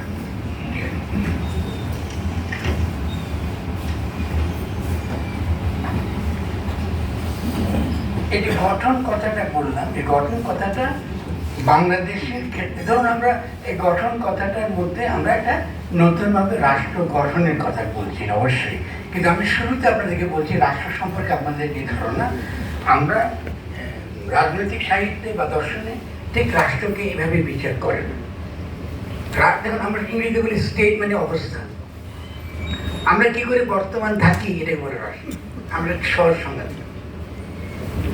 আমরা কি করে থাকি, কি করে বর্তমান থাকি, এটা হলো রাষ্ট্র। এই বর্তমানতার অনেকগুলো দিক আছে, তার প্রশাসনিক দিক আছে, তার ক্ষমতার দিক আছে। ফলে এই প্রশাসন ক্ষমতা এগুলোকে আলাদা আলাদা আমাদেরকে বিচার করতে হবে।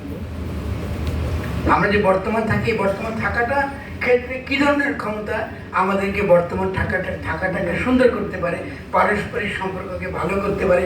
আমি স্বাধীন, আমি ব্যক্তি হিসাবে স্বাধীন, আমি যেন আপনার স্বাধীনতা পূর্ণ না করি, তার জন্য অবশ্যই কি লাগে, আইন লাগে। কিন্তু আমি আপনাকে প্রশ্ন করি, যদি আইন না থাকে আপনি কি অন্যের অধিকার পূর্ণ করবেন? আইন নেই ধরুন, কেন করবেন না? তাহলে নীতি লাগবে, নৈতিকতা, তার মানে সমাজে মোরালিটিও লাগে, সংস্কৃতিও লাগে। আপনি যখন কারোর সম্পর্কে একটা খারাপ আচরণ করেন, এটা আনকালচার বলি আমরা। কেন? আমরা কিছু সামাজিকভাবে কিছু সংস্কৃতি আচরণ আমরা রপ্ত করি কালচারালি। কারোর সঙ্গে তর্ক করতে গেলে আমরা কালচারালি রপ্ত করি ওটাকে। কারোর সঙ্গে তর্ক করতে গেলে গালি দেওয়া যায় না। ফেসবুকে যেমন করে কিছু লিখলে গালি দিচ্ছে সবাই, হাহা রিয়াক্ট টু দিচ্ছে, কিছু কারবার আছে না, একটা হাহা হুইচ ইজ ভেরি ফানি। সমাজের ডায়ালগ তৈরি করার জন্য যেটা অত্যন্ত ক্ষতিকর।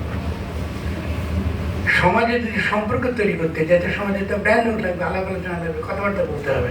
আপনি যদি সারাক্ষণে গালি দেন, অন্য কিছু করতে না পারে গালি দেন, আরাম দেবে বলে, তো এটা তো আলোচনা হবে না। আপনার কোথায় আপত্তিটা হচ্ছে, কোথায় আপনি বিরোধিতা করছে, এটা করেন। ফলে ডিজিট এই জন্য আপনারা, আমি জানি না আপনারা পড়েছেন কিনা, বাংলার স্টিগলার খুব বিখ্যাত মানুষ, যিনি ডিজিটাল টেকনোলজি নিয়ে লিখেছেন। ডিজিটাল টেকনোলজি মানুষকে কিন্তু গর্দভ বানায়। ডিজিটাল টেকনোলজি মানুষ কিন্তু গর্দভে তৈরি পরিণত করে না, সে কিন্তু ডিপে যেতে পারে না। অভ্যাসী কারণ সবই কিন্তু স্ক্রিন। জগৎ যেমন স্ক্রিন, যারা যেতে পারে না জগতের ভেতরে, জগৎ পড়তে পারে না, পাঠ করতে জানে না, ওরা কিন্তু পড়তে পারে না। ওরা কিন্তু পড়তে গিয়ে মনে করে ডিজিটাল স্ক্রিনে যাচ্ছি, এটাই জগৎ, এর বাইরের কোনো জগৎ। ফলে এটা নিয়ে প্রচুর লেখা হয়েছে, আমি সেটা এখন যাবো না, আজকে আমার আলোচনা বিষয় সেটা নয়। তাহলে আমি একটা জিনিস শুধু আপনাদেরকে সাবধান করে দেবো, গঠন কথাটা মানে আমরা নতুনভাবে বাংলাদেশে গঠন করতে হবে, এটা আমাদের এখনকার প্রধান কর্তব্য যেটা। কিন্তু আমি যেটা বলবো যে আমরা একটা উত্তর ঔপনিবেশিক এবং পুঁজিতান্ত্রিক গোলকায়নের প্রান্তিক একটা রাষ্ট্র, আমরা প্রান্তিকিত আছি। এখন এখানে এরকম একটা রাষ্ট্রে সার্বভৌম রাষ্ট্রের ধারণাটা সোনার পিতলা কলস অর্থে সার্বভৌম রাষ্ট্র বলে কোনো রাষ্ট্র নাই। এটা কি আপনারা জানেন? আপনারা এটা হুঁশিয়ার না হুঁশিয়ার? There's nothing called sovereignty anymore. কারণটা কেন? কারণ হলো যে আপনি এখন কোনো অর্থনৈতিক সিদ্ধান্ত যদি গঠন করতে চান, আপনি ওয়ার্ল্ড ব্যাংকের অধীন, আপনি ইন্টারন্যাশনাল মনিটারি ফান্ডের অধীন, আপনি WTOর অধীন, আপনি বিভিন্ন বাইল্যাটারাল চুক্তির অধীন, আপনি বিভিন্ন কোম্পানির নজরদারি এবং সার্ভেলেন্সের অধীন। ফলে সার্বভৌমত্ব একটা হাস্যকর ধারণা, এটা কোনো কাজে লাগে, কত ডিফিকাল্ট। মানে এখন যদি আমরা গঠন কথাটা বললাম বটে, কিন্তু রাষ্ট্র গঠনের কথা বলি, তাহলে কিন্তু আমাদের ইমিডিয়েটলি দেখতে হচ্ছে যে পুরনো প্রাচীন রাষ্ট্রের ধারণা দ্বারা আমরা কিন্তু কিছুতে আমরা অগ্রসর হতে পারছি। আরও সমস্যা আছে, আমি আমার লেখাতে ডিটেল লিখেছি, পুরোটা যাবো না, যেতে অনেক সময় লাগবে। সেটা এই, এখন রাষ্ট্র মাত্রই সিকিউরিটি রাষ্ট্র, এটা সিকিউরিটি স্টেট। এই অর্থে কেন, আপনার যে তথাকথিত সভরেন বিং, আপনার যে স্বাধীন সত্তা, এটা কিন্তু আপনি রাষ্ট্রের কাছে কিন্তু আপনি জমা দিয়ে দিয়েছেন। রাষ্ট্র এখন দাবি করে আমি তোমার নিরাপত্তা দেবো। তো কেন রাষ্ট্র এটা দাবি করতে হবে? কারণটা হলো এই যে নিউ লিবারেল ইকোনমিক অর্ডার, আপনি অনেকে পড়ছেন নিত্যদিন, পড়ছেন হয়তো, কিন্তু এটা অর্থটা আপনার নিজের জীবনে কি এটা আপনি ধরতে পারছেন না। সেটা কিরকম? সেটা এরকম যে বলতেছে তারা আপনার জীবনের জীবিকার কোনো দায়িত্ব রাষ্ট্র নেবে না। এটা খেয়াল করেন, কথাটা সাংঘাতিক ব্যাপার। আপনার জীবনের এবং জীবিকার কোনো দায়িত্ব রাষ্ট্র নেবে না, আপনাকে হাওলা করে ছেড়ে দেওয়া হয়েছে। এখন আপনি যদি টিকে থাকতে পারেন তাহলে ওই বাজারের প্রতিযোগিতার মধ্যে টিকবেন, আর যদি টিকে থাকতে না পারেন আপনি হারিয়ে যাবেন। এটা কিন্তু আপনারা মেনে নিয়েছেন, আপনার এখানে যারা এখানে আছেন অধিকাংশ এটা মেনে নিয়েছেন, এই জীবনটাকে মেনে নিয়েছেন, নিউ লিবারেল ইকোনমিক অর্ডার মেনে নেবার পারে। যদি রাষ্ট্র কিছুই না করে তাহলে রাষ্ট্রের ব্যাপারটা কি? তো রাষ্ট্র হিসেবে আপনাকে বলে হ্যাঁ দরকার তো আছে, কি আমি তোমাকে রক্ষা করবো। কোথা থেকে রক্ষা করবো? সন্ত্রাস থেকে রক্ষা করবো। সারা দেশে সন্ত্রাসী ভরে আছে, ইসলামের সন্ত্রাসী আছে, হিন্দু সন্ত্রাসী আছে, চোর আছে, ডাকাত আছে, তা আমি তোমাকে এই সন্ত্রাস থেকে রক্ষা করবো। ফলে রাষ্ট্র আসলে যেটা আপনার সামনে হাজির, এটা একটা সিকিউরিটি স্টেট। তার একটাই মাত্র কর্তব্য, সে একটাই মাত্র কর্তব্য নিজে মনে করে, সেটা হলো সে সন্ত্রাস থেকে আপনাকে রক্ষা করবে। সে যে সন্ত্রাস থেকে আপনাকে রক্ষা করছে এটা প্রমাণ করার জন্য সে শনৈ শনৈ বিভিন্ন রকম থিয়েটার, বিভিন্ন রকম নাটক করে যাচ্ছে। এই কিন্তু রাষ্ট্র আপনার। এখন ভাবেন এই রাষ্ট্রকে আপনি বলতে পারবেন কি করে? এই রাষ্ট্রকে আপনি বলতে পারবেন কোনো উপায় আছে? কি করে বলতে পারবেন? তো সেই পরিপ্রেক্ষিতে আমার প্রস্তাবনা হলো, যদি আমাদের জন্য এখন অপূর্ণ গণ-অভ্যুত্থান থেকে যদি পূর্ণ বিজয় নিতে চাই, আমাদের চ্যালেঞ্জ অনেক বড়। এই চ্যালেঞ্জটা শুরু হবে, আমি শুরুতে বলেছি, বুদ্ধিবৃত্তিক এবং সাংস্কৃতিক জায়গা থেকে। এই যে আলোচনাটা করছি সবই কিন্তু বুদ্ধিবৃত্তিক আলোচনার অংশ। এটা গ্রামে গ্রামে বিভিন্ন কলেজে তরুণদের মধ্যে এই আলোচনাগুলো আমাদের ছড়িয়ে দিতে হবে, এবং একই সঙ্গে রাষ্ট্র সংক্রান্ত যে সকল আলোচনা আমাদের বিভিন্ন ক্ষেত্রে পাশ্চাত্যে গড়ে উঠেছে, এটা আমাদেরকে ক্রিটিক্যালি পড়তে হবে, ক্রিটিক্যালি জানতে হবে এবং মোকাবেলা করতে হবে। যেমন ধরুন রুশোর গণ অভিপ্রায়ের ধারণা, যেটা আমি এখানে আলোচনা করেছি, আপনারা যখন ছাপাও আপনারা পাবেন কেমন। এবং রুশো যেটা চেয়েছেন যে তিনি গণ অভিপ্রায় হচ্ছে যে জনগণের একটা সম্মিলিত একটা সামষ্টিক একটা ইচ্ছা, কিন্তু এই ইচ্ছা কি করে গড়ে ওঠে এই সম্পর্কে তার বইয়ে আমরা কিছু খুঁজে পাই না। আমরা এবার আমাদের এম্পিরিক্যাল অভিজ্ঞতা দেখেছি এই ইচ্ছা গড়ে ওঠে কিন্তু গণ আন্দোলনের মধ্যে, এবং গণ আন্দোলনের মধ্যে দিয়ে যখন গণ আন্দোলন সুনির্দিষ্টভাবে তার শত্রু যার বিরুদ্ধে সে দাঁড়ায় এবং নিজেকে একত্রিত করে, নিজেকে গোষ্ঠীবদ্ধ করে, ওটার মধ্য দিয়ে তার সাধারণ ইচ্ছাটা দানা লাভ করে। কিরকম? ফ্যাসিস্ট শক্তির বিরুদ্ধে সে লড়ছে, তাহলে জনগণ বলতে আমরা কি বুঝবো? তারাই জনগণ যারা ওই ফ্যাসিস্ট শক্তির বিরুদ্ধে লড়ছে, আর বাকি যারা তারা কিন্তু জনগণ না। এটা খেয়াল খুব গুরুত্ব। আমরা যদি এখন জনগণ বলে খুব বিমুক্ত হয়ে একটা কথা ব্যবহার করি, জনগণ বিমুক্ত কোনো ধারণা না। জনগণ মানে তারাই এই জুলাই গণ অভ্যুত্থানে যারা ফ্যাসিস্ট শক্তির বিরুদ্ধে লড়েছে এবং লড়বে, আর যারা লড়ে নাই তারা কিন্তু জনগণের অন্তর্গত না। ফলে আগামী দিনে যে জনগণকে নিয়ে আপনি যে রাষ্ট্রটা গড়ে তুলবেন, সেই রাষ্ট্রটা গড়ে তুলতে হলে আপনাকে অবশ্যই ফ্যাসিস্ট শক্তির দোসরদের তাদেরকে বাদ দিতে হবে। যেমন ধরুন আপনার যখন ৭১ যুদ্ধের পরে আপনাকে বলেছেন যে পাকিস্তানের এখনো জনগণের অন্তর্গত, আপনাকে কি বলেন কেউ? না। পাকিস্তানের জনগণ কি জনগণ? আমরা চোখে এখন, কিন্তু ৭১ আগে তো তারাও জনগণ ছিল। তবে জনগণ ধারণাটা একটা ফিক্স ধারণা, এটা না। কিন্তু ফলে ভাবতে হবে যে ফ্যাসিস্ট শক্তির বিরুদ্ধে আমরা যারা জড়েছি আমরা জনগণ।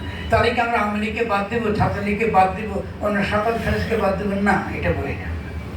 যদি তাদেরকে আপনি অন্তর্ভুক্ত করতে হয় তাহলে তাদেরকে আমরা রি-এডুকেশন একটা প্রসেস আপনার থাকতে হবে। যে কারণে আমি শুরু থেকে বারবার বলেছি আমাদের একটা রিকনসিলিয়েশন এবং রিকনস্ট্রাকশন কাউন্সিল দরকার অবিলম্বে। কারণ এর মধ্য দিয়ে যারা ভুল করেছে, সেখানে ভুল করেছে সে নিজে উপলব্ধি করবে এবং আমরা সত্য আসলে কি ঘটেছে। একটা মানুষকে যখন আপনি ধরে নিয়ে গুম করছেন আদেশ শুনে, একজনের আদেশ অনুসারে আপনি কাজটা করছেন, সে কিন্তু আদেশ পালন করছে, আপনি তাকে ফাঁসি দিতে পারেন। শেখ হাসিনা বসে আছে দিল্লিতে, ওরা তো ছাড়বে না, তো ওই লোকটাকে ফাঁসি দিচ্ছেন, কিন্তু দিতে পারেন, কিন্তু এটার দ্বারা কিন্তু সমাজের ক্ষত কিন্তু নিরাময় হবে না। ফলে নেলসন ম্যান্ডেলা একটা খুব ভালো বুদ্ধি বের করেছে, যে দেখো আসো আমরা ট্রুথটা জানি, সত্যটা জানি, আমরা কথা বলতে দিই, যে অপরাধ করেছে সেও বলুক সে কেন অপরাধটা করেছে, আর যে ক্ষতিগ্রস্ত সেও শুনুক, তারা কান্নাকাটি করুক, পরস্পরকে চিনুক, বুঝুক, তার মধ্যে দিয়ে এই যে ক্ষতটা নিরাময় হবে। হয়তোবা যে ক্ষতিগ্রস্ত হয়েছে সে অপরাধীকে ক্ষমা করে দিতে পারে।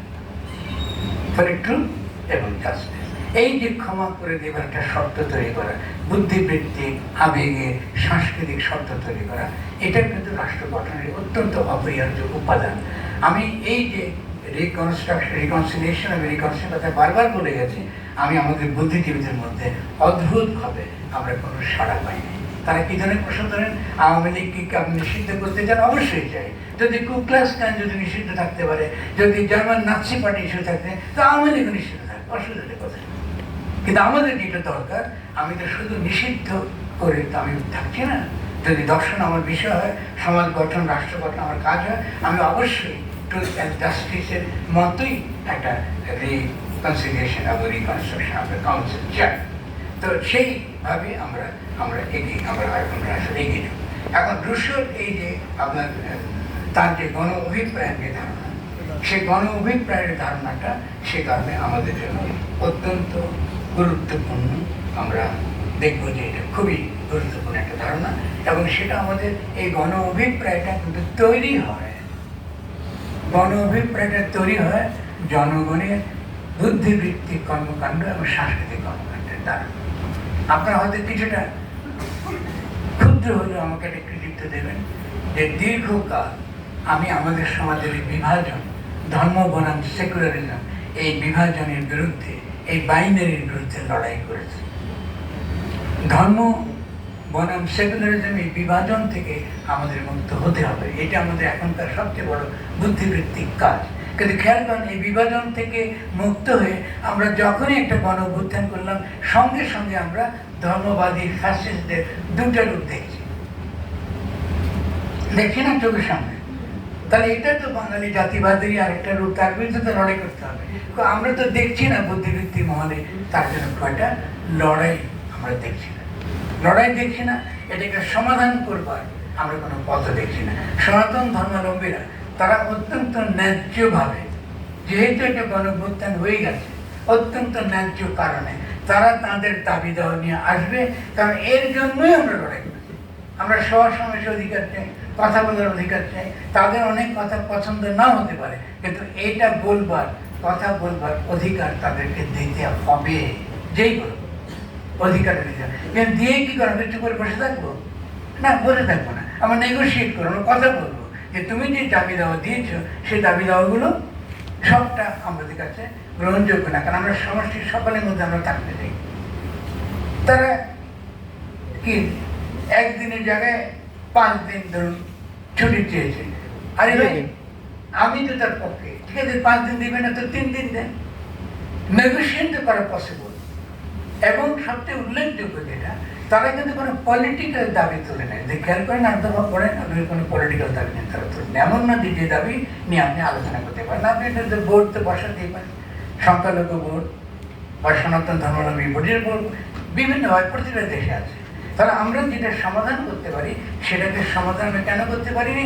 কারণ ধর্মবাদী দুটো ফ্যাসিস্ট ধারা একই সঙ্গে মাথাচাড়া দিয়ে উঠছে, যখন বাঙালি জাতিবাদী ধারা পরাস্ত হয়েছে সাময়িক, এবং সে বাঙালি জাতিবাদী ধারা একই সঙ্গে এই দুটো ধারার সঙ্গে কিন্তু মিশছে, তাদের কিন্তু বিভিন্নভাবে তারা কিন্তু সহায়তা করছে। তাই আমরা মনে করি যে এই বুদ্ধিবৃত্তিক ক্ষেত্রে আমাদের অত্যন্ত গুরুত্বপূর্ণ ভূমিকা আছে, এবং এটাই আমাদের স্পষ্ট করা, পরিচ্ছন্ন করা বুদ্ধিজীবীতার দায়িত্ব হিসাবে করব। রুশোর পরে আমি আলোচনা করেছি হেগেলের গণঅভিপ্রায় নিয়ে। হেগেলের সঙ্গে রুশোর বেশ মৌলিক অনেক তফাৎ আছে, কারণ হেগেল মনে করতেন রাষ্ট্রটা আমাদের নৈতিক, নৈতিক বলে শব্দ বলেন এথিকো লিগাল, মানে এথিক্স এবং আইন, এই বা এথিক্সের একটা অভিব্যক্তি। বা আরো সহজ করে বুঝতে গেলে তিনি আসলে বোঝাতে চেয়েছেন আমাদের যে সংস্কৃতি, আমাদের যে নীতি নৈতিকতা, আমরা যেমন করে মানুষের সঙ্গে পরস্পরের সঙ্গে সম্পর্ক রচনা করতে চাই, তারই একটা অভিব্যক্তি, একটা চূড়ান্ত অভিব্যক্তি হিসেবে রাষ্ট্র গড়ে ওঠে। ফলে রুশো জেনারেল উইল থেকে হেগেলের রাষ্ট্রের ধারণাটা একটু আলাদা, কিন্তু একই সঙ্গে এটা অত্যন্ত ইন্টারেস্টিং যে আমরা জানি যে কেন আমাদের জন্য ইন্টারেস্টিং যে হেগেলের এই ধারণাটা যে রাষ্ট্র একটা এথিক্যাল স্ফিয়ার, একটা নীতি নৈতিকতা, একটা নৈর্ব্যক্তিক প্রতিষ্ঠান, নৈর্ব্যক্তিকভাবে সে হাজির হয়েছে। কার্ল মার্কস এটা কিন্তু রাখে না, তিনি এটা আবার খুব ঘোর সমালোচনা করেছেন, এবং তারও একটা আলোচনা আমি আমার এই লেখাতে দিয়েছি। আপনাদেরকে মার্কসের আপত্তিটার কথা ছিল, মার্কসের আপত্তি ছিল মার্কস বলছেন না এই যে রাষ্ট্র বলছে এথিক্যালি একেবারে সমাজের উপরে সে আছে, তার এথিকো লিগাল ইনস্টিটিউশন আকারে রাষ্ট্র এরকম না। কারণ রাষ্ট্রের উৎপত্তির যে কারণ সেটা হলো কি, সেটা হলো আমাদের অর্থনৈতিক সম্পর্ক, আমাদের জগতের সঙ্গে আমাদের যে জীবনযাপনের সম্পর্ক, মানে যেটাকে আমরা বলি উৎপাদনের সম্পর্ক। এই সম্পর্কর মধ্য দিয়ে সমাজের যে দ্বন্দ্ব সংঘাতটা তৈরি হয় বিভিন্ন শ্রেণীর মধ্যে, সেই বিভিন্ন শ্রেণীর সংঘাতের কারণে রাষ্ট্র হাজির থাকে। মাকে দাবি হয়ে গেলে রাষ্ট্রতত্ত্ব রাষ্ট্রকে একটি স্বায়ত্তশাসিত নৈতিক এবং আত্মিক চেতনার কাঠামো হিসেবে দেখিয়েছে। যেমন আত্মিক চেতনা সংস্কৃতি বললে আমরা বুঝি তাড়াতাড়ি, আমি যদি এখন রুহানিয়াত বলতেন আপনাকে কিন্তু আমাকে ইসলামী মৌলবাদী বলতেন, শব্দ কিন্তু একটাই। রুহানিয়াত মানে স্পিরিচুয়াল, একটা বাংলা ব্যবহার করতে পারেন, আরবিতে সুন্দর না। ফলে স্পিরিচুয়ালিটি মানে রুহানি অর্থ। আরো সেকুলার ভাষা চাইলে আপনাদেরকে বলতে পারি আত্মার যত্ন। আমার মধ্যে একটা আমি আছে, এই আমির আমি যত্ন করতে চাই, আমার শরীরে যেমন যত্ন করি তেমনি আমার একটা আত্মার যত্ন লাগে।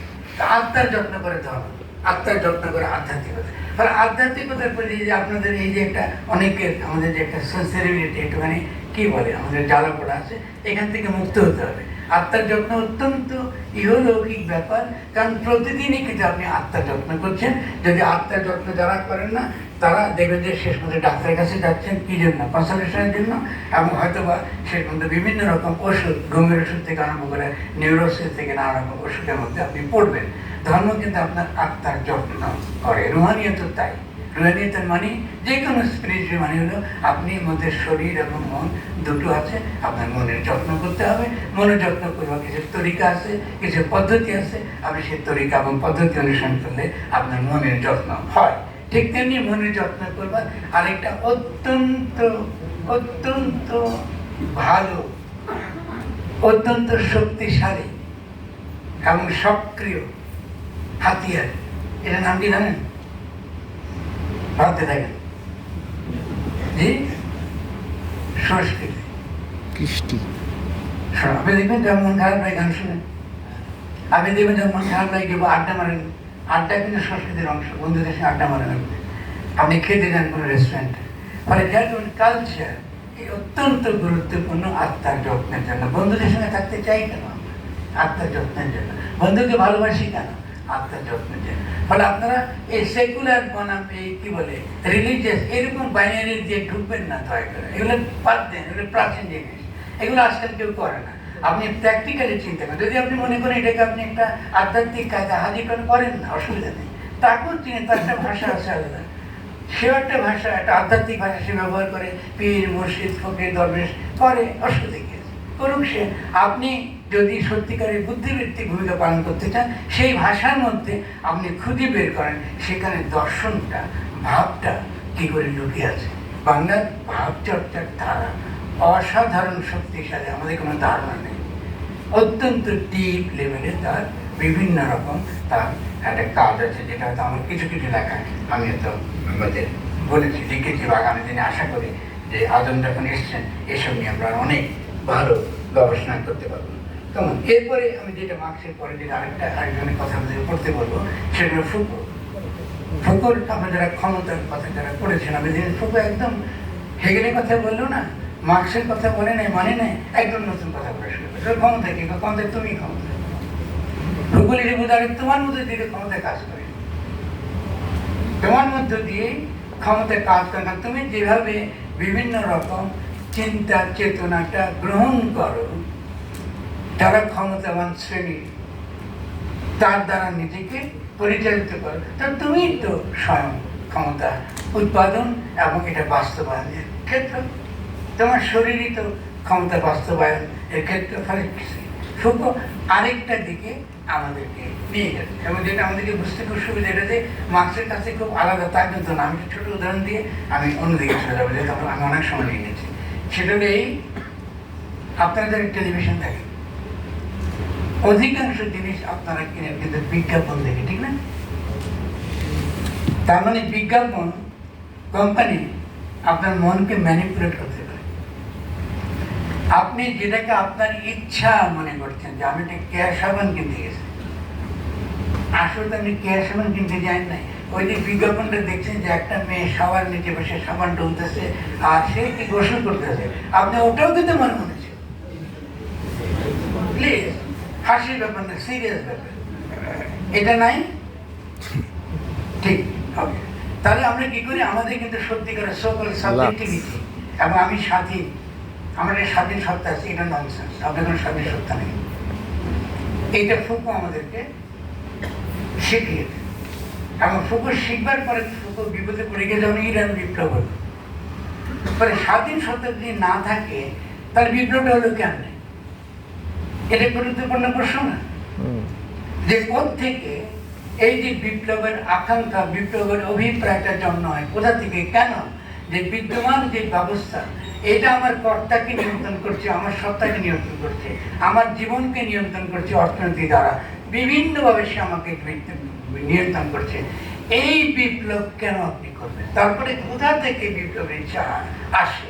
আপনি আমাকে এখন বুঝিয়ে বলেন যে এই যে সাই 2 হাত তুলে বুকে বুলেট পেতে দিল, যে তার জীবনেরকে ঝুঁকিতে ফেলে দিয়ে জীবের জীবনকে তুচ্ছ করে সে পরমার্থিক জীবনকে বেছে নিল, এই অভিপ্রায়টা কোথা থেকে এলো? কোথা থেকে এলো? এটা কি অভিপ্রায়? কিভাবে এটা সম্ভব? এর কোন উত্তর আজ অবধি কোন দার্শনিক আমাদেরকে দিতে পারেনি। এখন আমি যে দর্শন, যে দর্শনটা এর কিছুটা ব্যাখ্যা আপনাদেরকে দিতে পারে বলে মনে করি, এটা বললে আপনারা আমাকে এখান থেকে বের করে দেবেন, বর্তমান আমার বিরুদ্ধে বের করবেন। এটা কনসেপ্টটা ইসলামের জিহাদ ধারণার সঙ্গে জড়িত।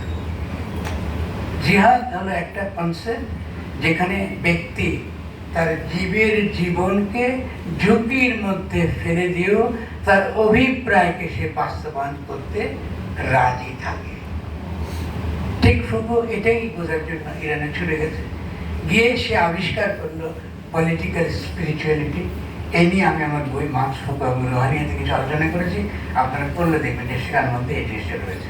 তাহলে বুদ্ধিবৃত্তিকভাবে আমাদের বোঝা দরকার যে ঠিকই আমাদের সমাজে এরকম এই মুগ্ধ, এই সাইদ, এই শহীদরা যুগে যুগে মানুষ এটা করেছে। এই কথা যে শুধু আপনার ফুকো বলেছে তা কিন্তু নয়, হেগেল কিন্তু একই কথা বলেছে যে মানুষ একটা অদ্ভুত। হেগেল বলতে মানুষের সঙ্গে জন্তু জানোয়ারের পার্থক্য কোথায়? হেগেলের প্রশ্ন, মজার প্রশ্ন, কি পার্থক্য? স্পিরিট। আপনি জানেন কি পার্থক্য? জানি না? স্পিরিট। অ্যারিস্টটল বলেছে, হেগেল মানে নেই। স্পিরিট। তাই কি দর্শন যদি মজার চিন্তা করতে এই যে স্বদেব এখানে তো একটু সহজ হচ্ছে, মানুষ আত্মহত্যা করে, আত্মহত্যা করতে পারে না।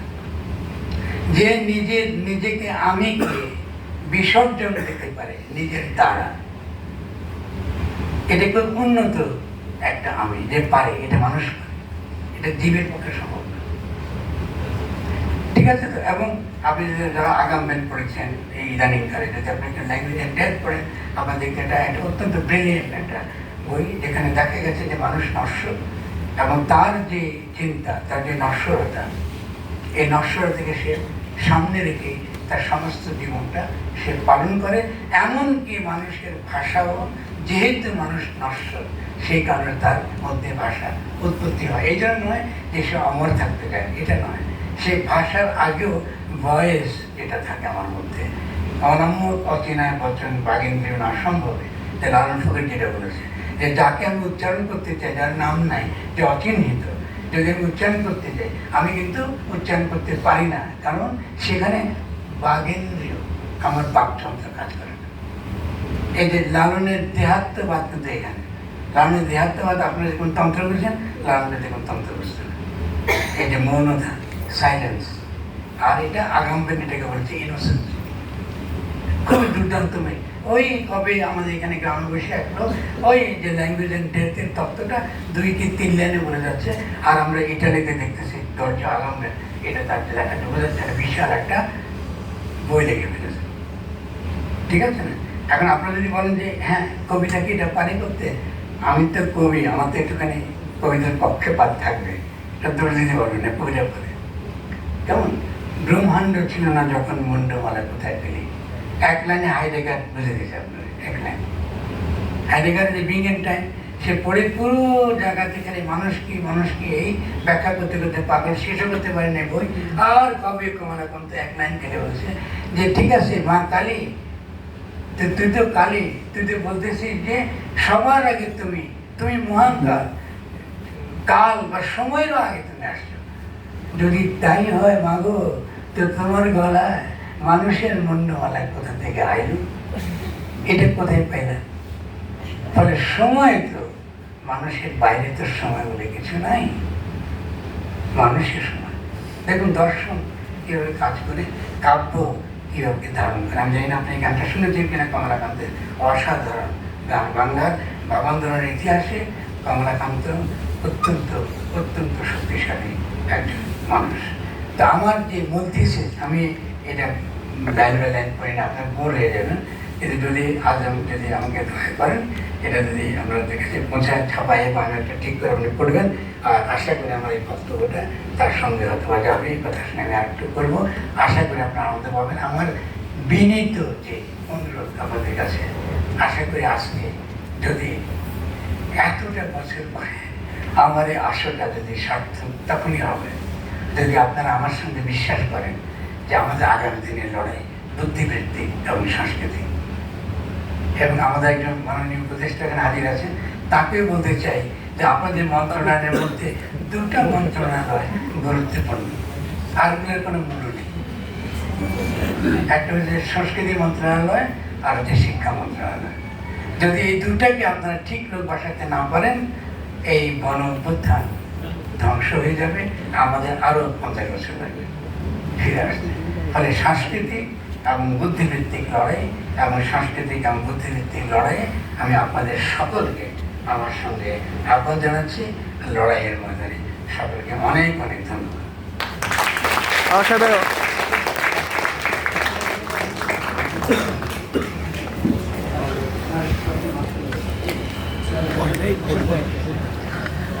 সুধীবৃন্দ, এতক্ষণ তথ্য সমৃদ্ধ বক্তৃতা শুনছিলেন। বক্তৃতা প্রদান করলেন বরেণ্য কবি ও দার্শনিক ফরহাদ মাঝার। এবার সভাপতির ভাষণ। সভাপতির ভাষণ প্রদানের জন্য আমি এখন বরেণ্য শিক্ষাবিদ